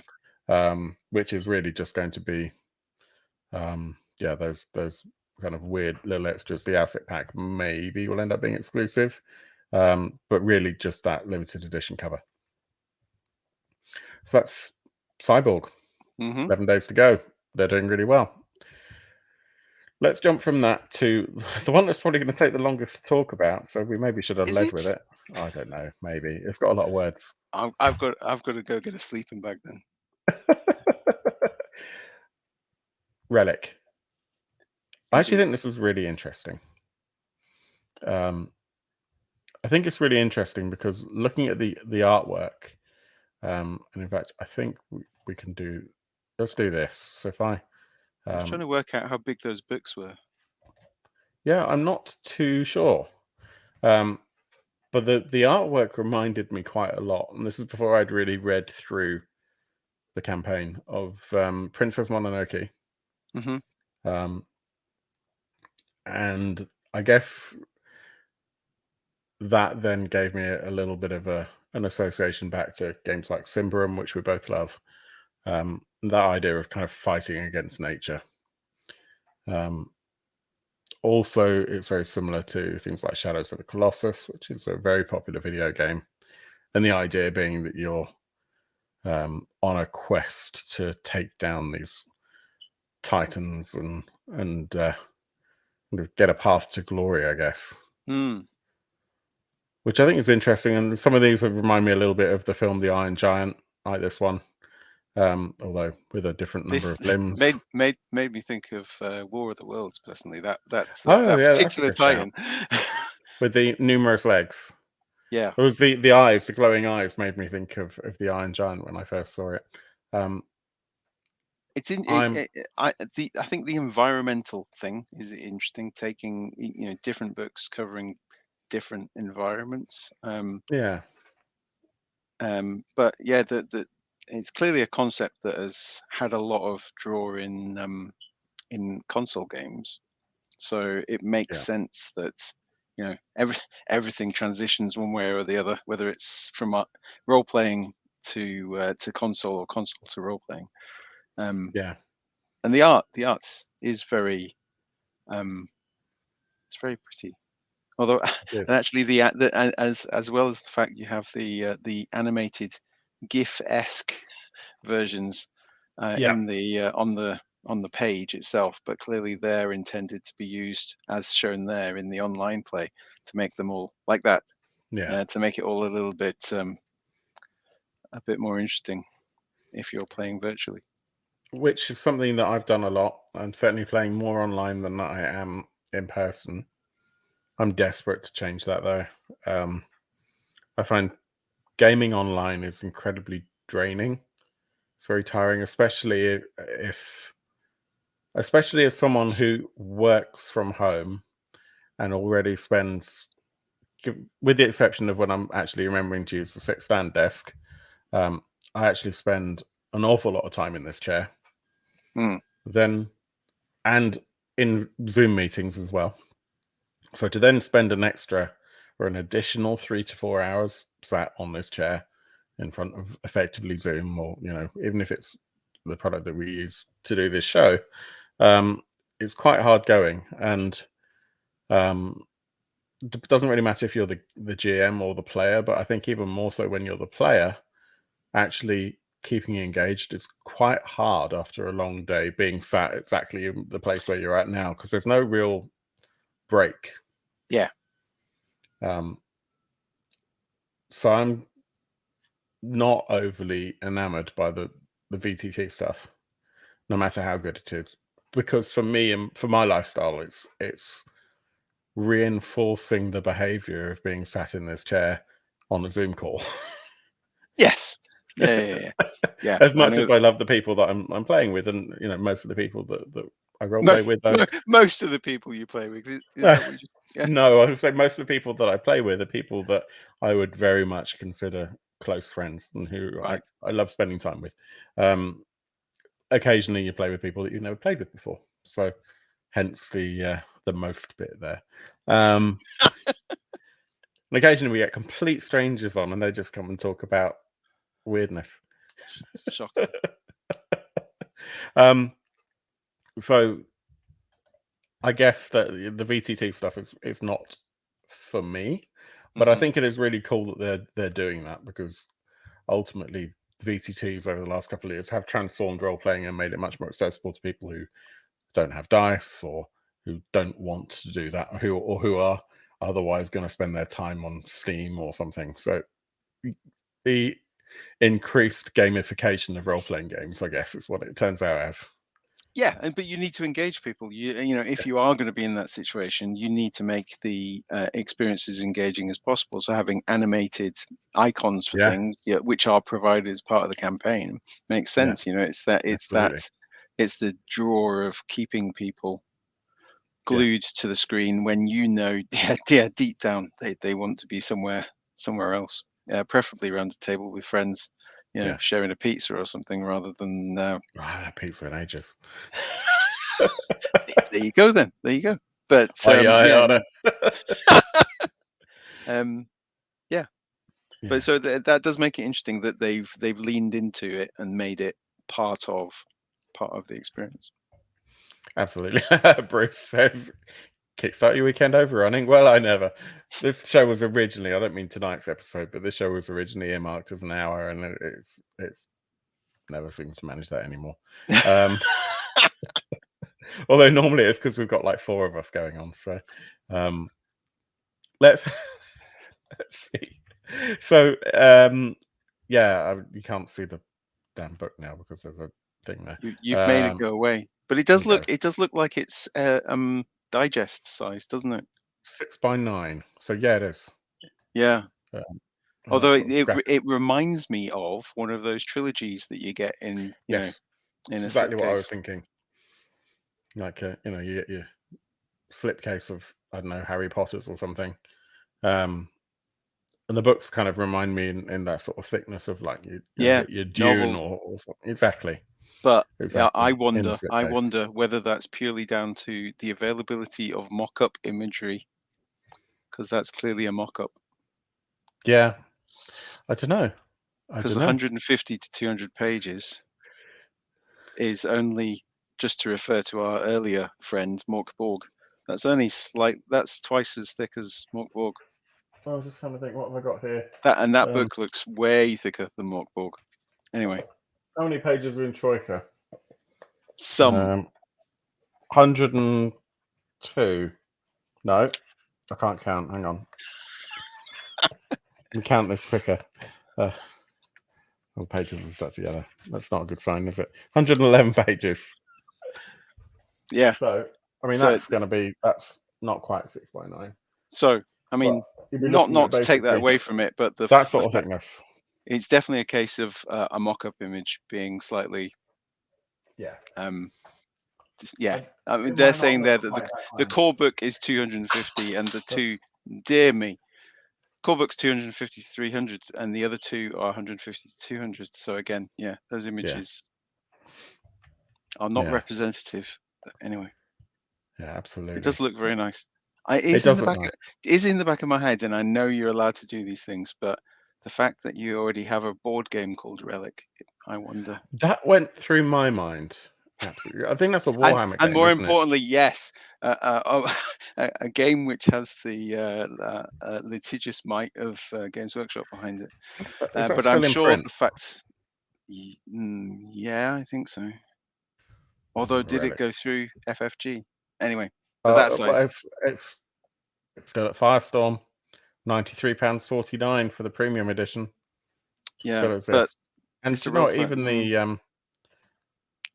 Even the typeface isn't a million miles off. Oh, it's not the Yeah. same. Don't get me wrong. No, but it did strike me the moment I saw it. I'm Let me stress. What we're talking about here is that. Yeah.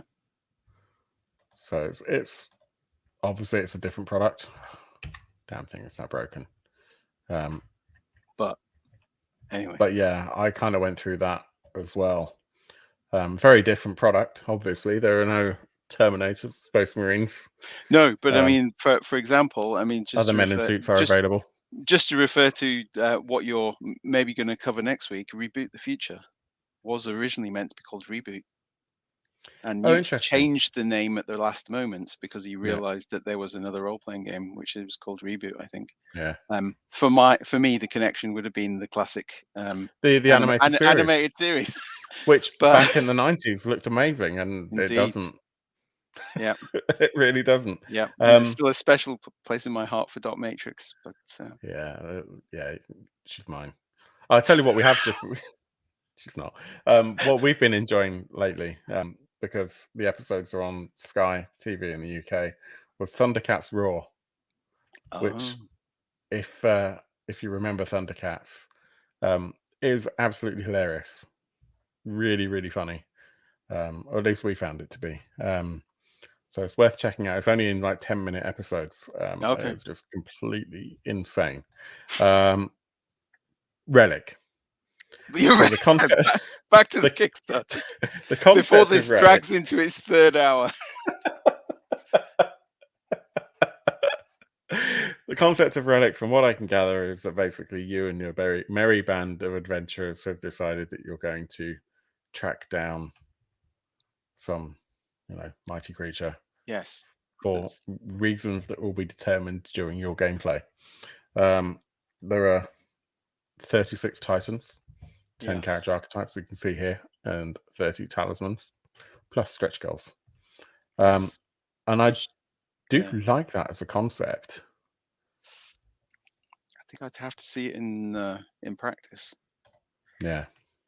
How so to again not wishing to constantly refer back to the previous one, but the concept of maybe like random tables and so forth being able to create, but these are obviously, because they're driven by the connection into the virtual tabletop, clearly these cut titans are specific, very classic stat block type creatures. Which then might make it feel like you've only got 36 possible. And that almost feels board gamey, sort of, the concept that the creature at the end of the game is one of these cards that you're going to pull from my, I'm going to offer you 6 cards, and I'm thinking of talisman type days of being able to not Relic. Not Relic, but it's talisman. It's talisman, absolutely. There's no connection between the two, but yeah. So I definitely have to see it. I mean, it is interesting, and it's in my mind, I'm wondering, is it sort of tighter, single adventures where ultimately you're going up against a single titan? And this is where I did look through it, but I clearly didn't read it hard enough. If I've missed this, if it's in there, or is it about the same team, the same group, perhaps later going up against a different titan, or is it giving you the option once you've killed one titan? Can you not go for it again because you'll know how to kill it? A bit sort of like that sort of, finding its weak point. Once you know the weak point of a titan, is that titan what's the replayability like? Yeah, because you know what gamers are like. They can't suspend their existing knowledge and just play for the sake of playing. It's really hard to find people that don't metagame, and it's really hard not to metagame. So it's something that I find myself struggling not to metagame so much that I kind of hamper my own enjoyment. So I totally get that. From reading, it looks like basically each book contains 12 titans. Yes. Although it'll stretch goal up. I seem to remember the titans were one of the stretch goals in terms of adding more. Yes. But again, It's understanding the replayability. Is there a Is there a Titan generator? Doesn't That's- reference it, No. which from the perspective of making money from a game, just a add finite selection of more, Titans that can be later, augmented by buying an extra supplement or something, makes business sense. I think the from what I could read, it sounds like I can't read. From what I could read, they're trying to make the scenario campaign, however long it takes for you to get the Titan, that journey is a really fundamental part of the story. So it's not like you spend an hour getting to the Titan and then 2 hours taking it down. Yes. I think a lot of this is about the exploration and the time it takes to track it and to find it. Yes. Which is the references to cool. the likes of Monster Hunter and Shadow of the Colossus. Although what just came to mind for me was Pokemon. The fact that the game's about getting through the wilderness and getting your Pokemon together rather than the gym fight at the end. But see, I'm too old to deal with Pokemon, but evidently it's something that you are a huge fan of. Yes, that and Yu-Gi-Oh, which it was very similar as well, but the card fights went on forever. I genuinely did somehow just miss Pokemon, and I'm not entirely sure how. But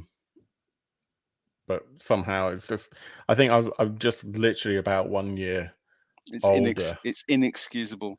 My excuse is I had two sons that were into the game, and therefore I had no choice. But I'm not sure it's that, because I have plenty of friends who are older than me who did fully embrace it, who don't have kids.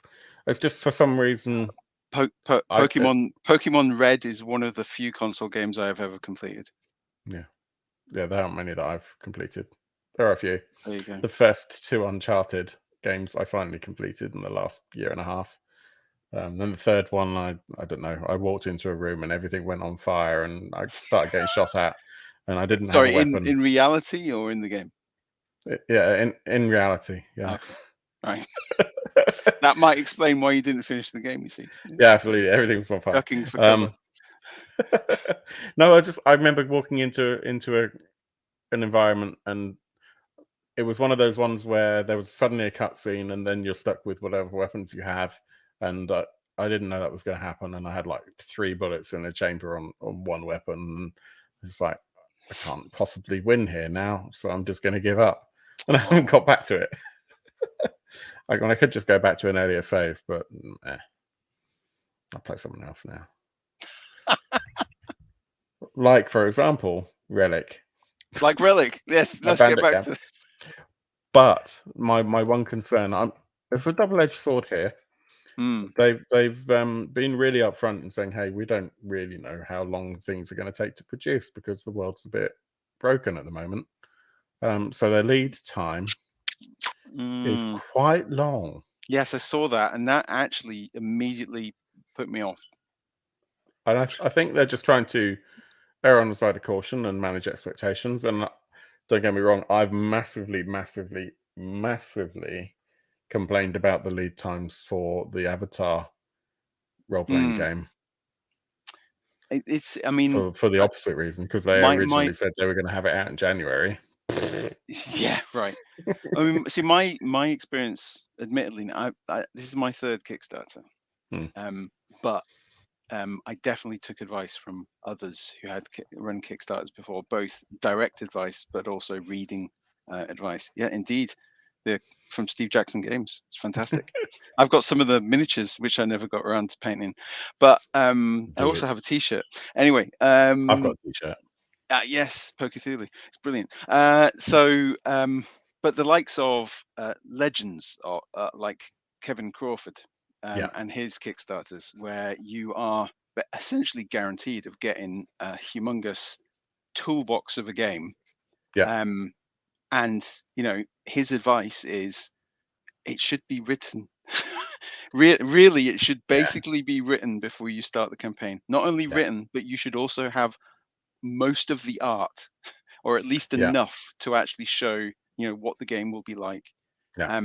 And it worried me reading that I get it. The world is an unpredictable place. And if you ran a Kickstarter last February, I do have deepest sympathy, for anybody who ran a Kickstarter just before the pandemic kicked in. But Yeah. the world is always unpredictable. And to see a campaign which says that the game won't be out for is it like April 2023 April or something? 23. Yeah, it's a year and a half. And you know what gamers are like? Gamers are after that fix. Yeah. And while a Kickstarter, you accept there's some development time, and you also accept that some Kickstarters will never deliver or they will overrun. My worry there is April 2023 is their current estimate of when it's going to be available. We don't really know how conservative they're being. I Yeah. mean, one would like to believe that actually they think it'll be done in 6 months, and then Kickstarter advises you to be conservative. Yeah. But yeah, it just feels like a long time, and I'm not sure what to make of that. Which is, I mean, I think it looks beautiful. I'm from a project perspective, I'm really, really interested in it. Mechanically, I'm uncertain because the system is derived from Forged in the Dark, and my experiences of Forged in the Dark haven't been great. But I am 100% up for being corrected on that. So we played Blades in the Dark. It was a private game. We played a campaign of it. It was some of the most fun I've had at the table. Really, really fun. But that was the group, not the game. And the setting was amazing, but at no point did we feel like we were playing the game properly. Forged in the Dark is similar to Powered by the Apocalypse, I think. It's sort of similar. That it's it's a mechanical framework which can be used to create a game, but it's understanding whether the people who are putting the game together understand that framework well enough to use it, and B, when a player and a GM get hold of that, is it clear enough to them how they should play it? Yeah.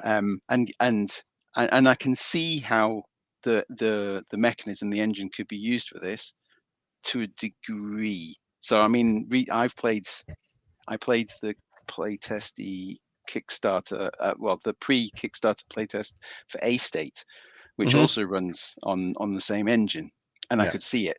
But the reason I could see it easily is it's very similar to the approach of Duskaval and Blades in Forged in the original game.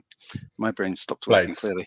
In that you're a gang and you're going on a mission, and it's not so far off. But this, it feels like this is sufficiently different that also I need to understand that they've completely grokked the engine to be able to use it effectively. And I know that they had previous success with I've completely forgotten what it's called. Hang on.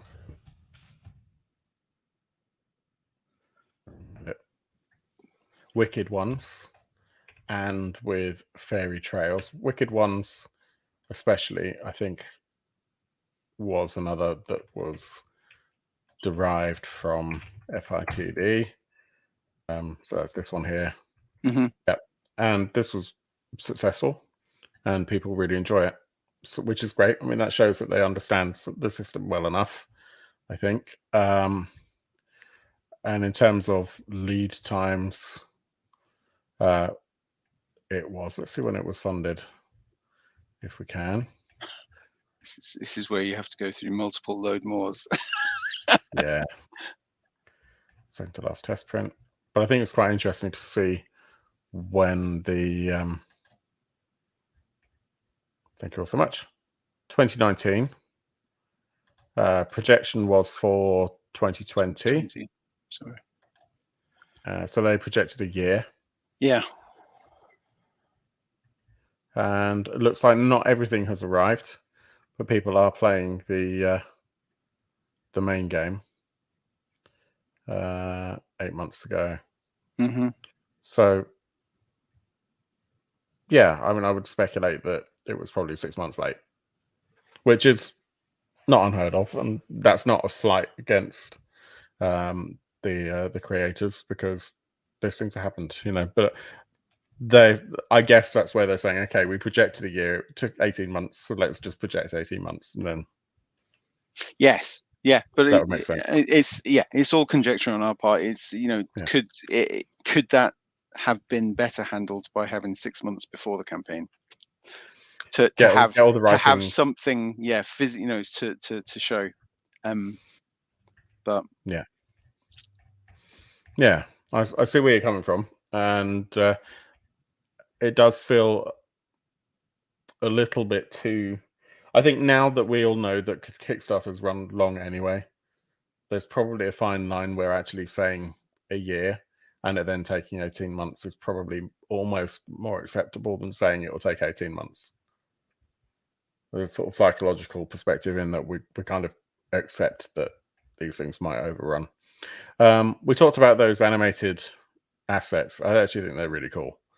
I think they're cool too. Yeah, there's a few of them. This one reminds me especially of Princess Mononoke. And yeah, the pledge levels they have include some stuff on Roll20. Let's have a quick look at those pledge levels. I'm conscious that we are now over 2 hours, so we must wrap up soon. PDF level is 20 quid, £19. Relic core PDF with the VTT is 30. Hardcover 37 for the main book, I think.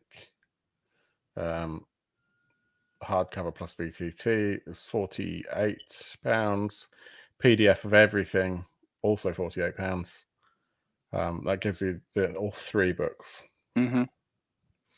PDFs with VTT, £70. So this goes back to saying, actually, PDFs still have material value even if they're not a physical asset. I think they've done a good job here of fairly valuing their PDFs by not underpricing them. They haven't quite gone to Monty Cook levels. And then the complete hardcover with the slipcase is £98. Which on one side, if these were full size, like A4 US letter books, somehow would feel like a really solid price. I mean, like Ruins of Symbaroum, it's basically, a couple of huge books in a slipcase, and it's not a dissimilar amount of money. But the fact that these are 6x9 kind of does concern me a little bit in terms of, not that it devalues, or not that the yeah. not that the IP to my isn't mind, worth this. it makes me think I could go down the works and pick up something that looks similar for 15 quid. As in, the trilogy in a box set. Yeah. Yeah, And you're right. It does look like 3 novels in a slipcase, and that functionally is pretty much probably what it is in terms of what you get ordered from the print shop. Maybe for £100, it doesn't feel very special. It's not to say that it's not worth it in terms of there's obviously going to be an awful lot of gameplay here. Yeah, and I think it's going to be really fun to play. I'd love to play it. I'd love to be proven, not proven wrong, but I'd love to have another go at Blades in the Dark or Forged in the Dark or one of those systems. Yeah, and to actually enjoy it, because I think that there was something missing in my experience of it that can be fixed. But I think the problem here is that the value of the product is not in the physical product. But with that said, the physical product doesn't necessarily make it feel like it's worth the price tag on it, even though it probably is in terms of the IP, in terms of the writing. And the other thing that occurs to me and connects into what you're saying about the whole online playing experience, if this doesn't come out till 2023, Will we all be sick of virtual gaming by then? That's why I would buy the book. And you know, I want to say right I now, don't want to. there's a I'm good just chance I'll back this. I really do like it. So don't no, get me wrong. I think it yeah, looks great. This, you know, we're very much playing devil's advocate. I think so. Um, I yeah. think it's the 2 hours of conversation. It's wearing us down. Should have Yeah, done I this mean, one. Should have done this one first. Could have done the Cthulhu Uh, last, and we could have balanced each other out. But anyway, I think it's a really cool concept. I think the idea of going out on an expedition to take down a giant creature is really exciting. It's not but I think really done. actually the numbers that you can see there perhaps suggest that others are confused. Maybe. It's possible. I mean, 400 backers. I mean, that's the other thing that we sometimes like to do is just get an idea of the spread of who's backed what. It would help if I could drive. Seems I've forgotten how. So There's going to be a lot of virtual. 46 at PDF, 14 at PDF and VTT, 30 at hardcover, the one hardcover, 10 for the hardcover and VTT. This is winning. 53 backers of the full PDF set. PDF and VTT. I'm surprised by that, actually. I would have expected that to be the other way around. So there's more people backing just the PDF than the PDF with the digital assets. Yeah. That genuinely really surprises me. Well, so you're getting the digital assets, but you're not getting the actual modules for Foundry, and that's the difference. So you're getting the digital assets. Okay. But Sorry, you're not getting the specific Roll20 Foundry aspects. I missed that. So yeah, if you've got Foundry, for example, yeah, I see what you're saying. So basically, you get everything that you might want to run it over Zoom using Owlbear Rodeo or something, but you don't get the modules for Foundry or Roll20. That still surprises me because I think a lot of people are using Roll20 or Foundry. There we go. There's the money. 150. That's the big one, and that's what I would back personally. Yeah, so that's your hardback and PDF. Yeah. Okay. Yeah. With the digital assets. So what's the numbers for the next one up, which presumably then has the VTT? Is 42. See, there you go. Yeah. Yeah. And then a retail tier. Retail tiers tend to do really badly on Kickstarter, in my experience. I mean, I don't know if you see differently for your products, but generally I don't see very many numbers on the retail tiers. I mean, I guess that retail tier could go to a distro and they could order 1 million copies in add-ons, but Cthulhu Hack currently has 7. Okay, it's more. Yeah, and actually, that's certainly what I've got from previous campaigns around about that number. Yeah, yeah. I somehow imagine that it would be larger, but I guess it's going to be the larger shops that would go that route because they know they can sell them or whatnot. Yeah, I'm torn because I think the IP is interesting. I'd love to know what the print quality is going to be like on the inside. Presuming it's going to be full color. But that's it. I mean, if it was physically like Blades, which is there's something really, I don't know, the physical the outer shell, the sort of the feel of the cover, and the actual book is a nice heavier sort of paper, and yeah, I mean, it does have a good feel to it, but yeah, it is understanding what that product is going to be like in the end game. My copy of Blades is in a box in a storage facility right now, so I'm trying to think. I remember the book is gorgeous. For 20 quid, it's a gorgeous, gorgeous book. It's about the same sort of size. Aha.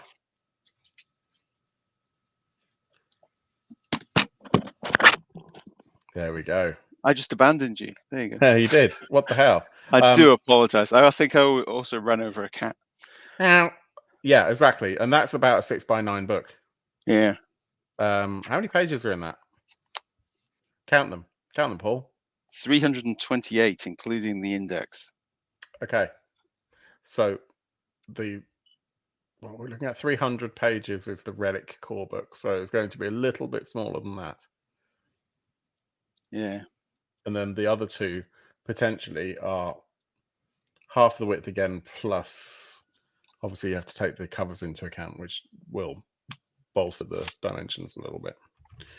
Bruce says, I suspect we might get James Cameron's Avatar 2 and 3 Big Blue Smurf 1 out before the physical copy of Avatar RPG out. That was about an hour ago that you said that. Yes, they're all asleep by now, don't worry. Numbers did drop and then they actually came back up again. It's a tricky one. Relic, I love it. I think the concept is fantastic. I think playing the game would be awesome.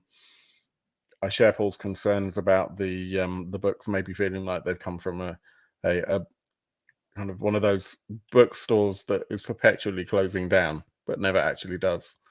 And that's more of a tactile thing than anything else. But inside, if they're full glossy, full color or whatnot, if they're a color print on the inside, I haven't read through to double check what they're doing in terms of interior printing. That will help a lot. I think it'll be great fun to play. Probably be very good fun to run if you're the sort of person who likes that sort of setup. Be interested to know how long it would be projected that it would take for you to get from your kind of leaving base camp all the way to fighting your Titan at the end, whether that's 3 sessions or if it's a year's worth of campaign. It might be buried in the details, and maybe something I've missed. I don't think you have done, but I think that's the key in understanding that, because Blades has that prep stage, which is actually seen as the shortest bit. It's the sit around, have a chat, and establish how you're gonna, what dice you're gonna throw to kick off. And this feels like it's front, putting more in that front load. So it's understanding what it's going to do. Absolutely. There is 6 days left on this project, so it will be done by the time our show comes around again. It's worth checking out. I think it's a really interesting project, and there are a few updates on there as well. So there's certainly 3 entire updates on that. In fact, so when I say a few, I mean a few. There's quite a lot of interesting stuff. As you saw the video, artwork's really pretty.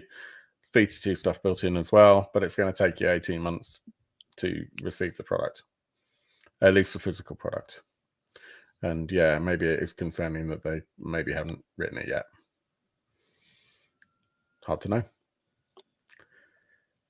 It's been a long one, Mr. Baldowski. You've drunk an entire liter of sunflower oil. But it's been a pleasure. I've really appreciated you coming on. It's been really good fun. Obviously, you're welcome back anytime. If we don't see you before, we'll see you in November of next year, I should think. Why ever would I be around then? No, maybe. But we'll try and get some Cthulhu on the show, either Call of or Hack or something.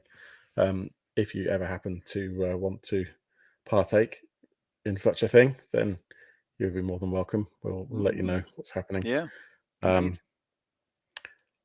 I'll be back next week with at least no other people with me. Could be as many as more than one. Normally we have somewhere between 1 and 4 of us talking about random Kickstarter stuff. I'm not sure actually what we've got coming up next week. It's going to be a bit of an interesting one.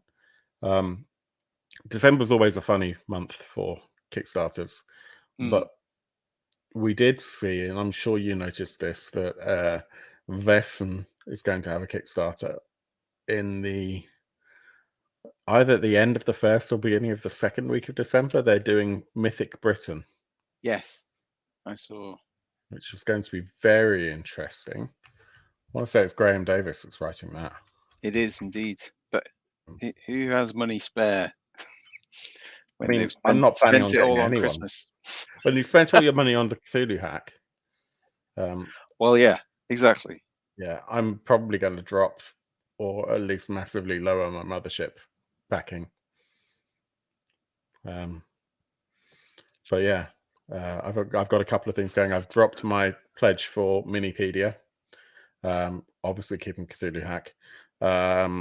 Mothership is probably going to until this ends. Until this ends, so fuck it. No, pull it. No, yeah. I've been thinking of getting Cthulhu Hack for a really long time, and I just never have, for no reason other than lack of Cthulhu in my life. But I've got this Masks of Nyarlathotep here, indeed. And I don't own a copy of the Call of Cthulhu rulebook, so I'm gonna have to run it somehow. Okay. I could Mork just Borg. Mork Borg, yeah. Oh look, you're dead.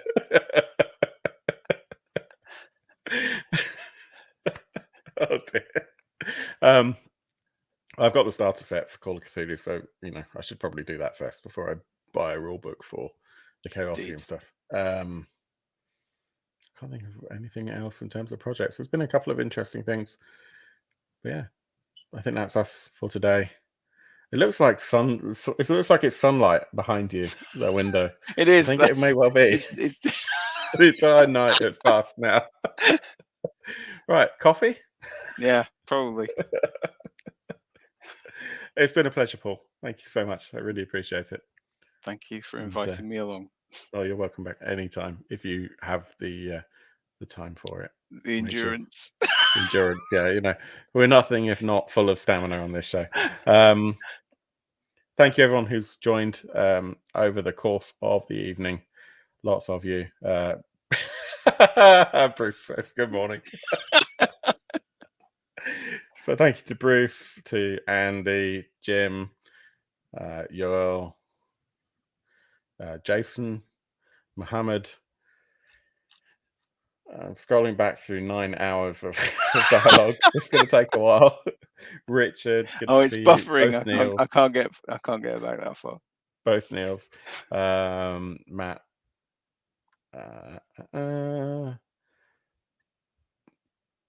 Looks like that might be everyone. I'm sorry if I've missed anyone off.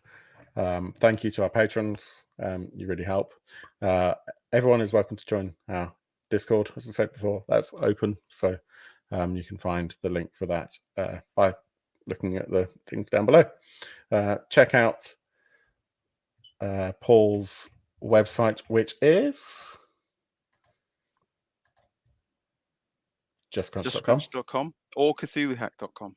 cthulhuhack.com. Check out the Cthulhu Hack on Kickstarter, please do that, because it's super cool. And we'll see you all very, very soon for the next one. Thanks, everyone. Take care.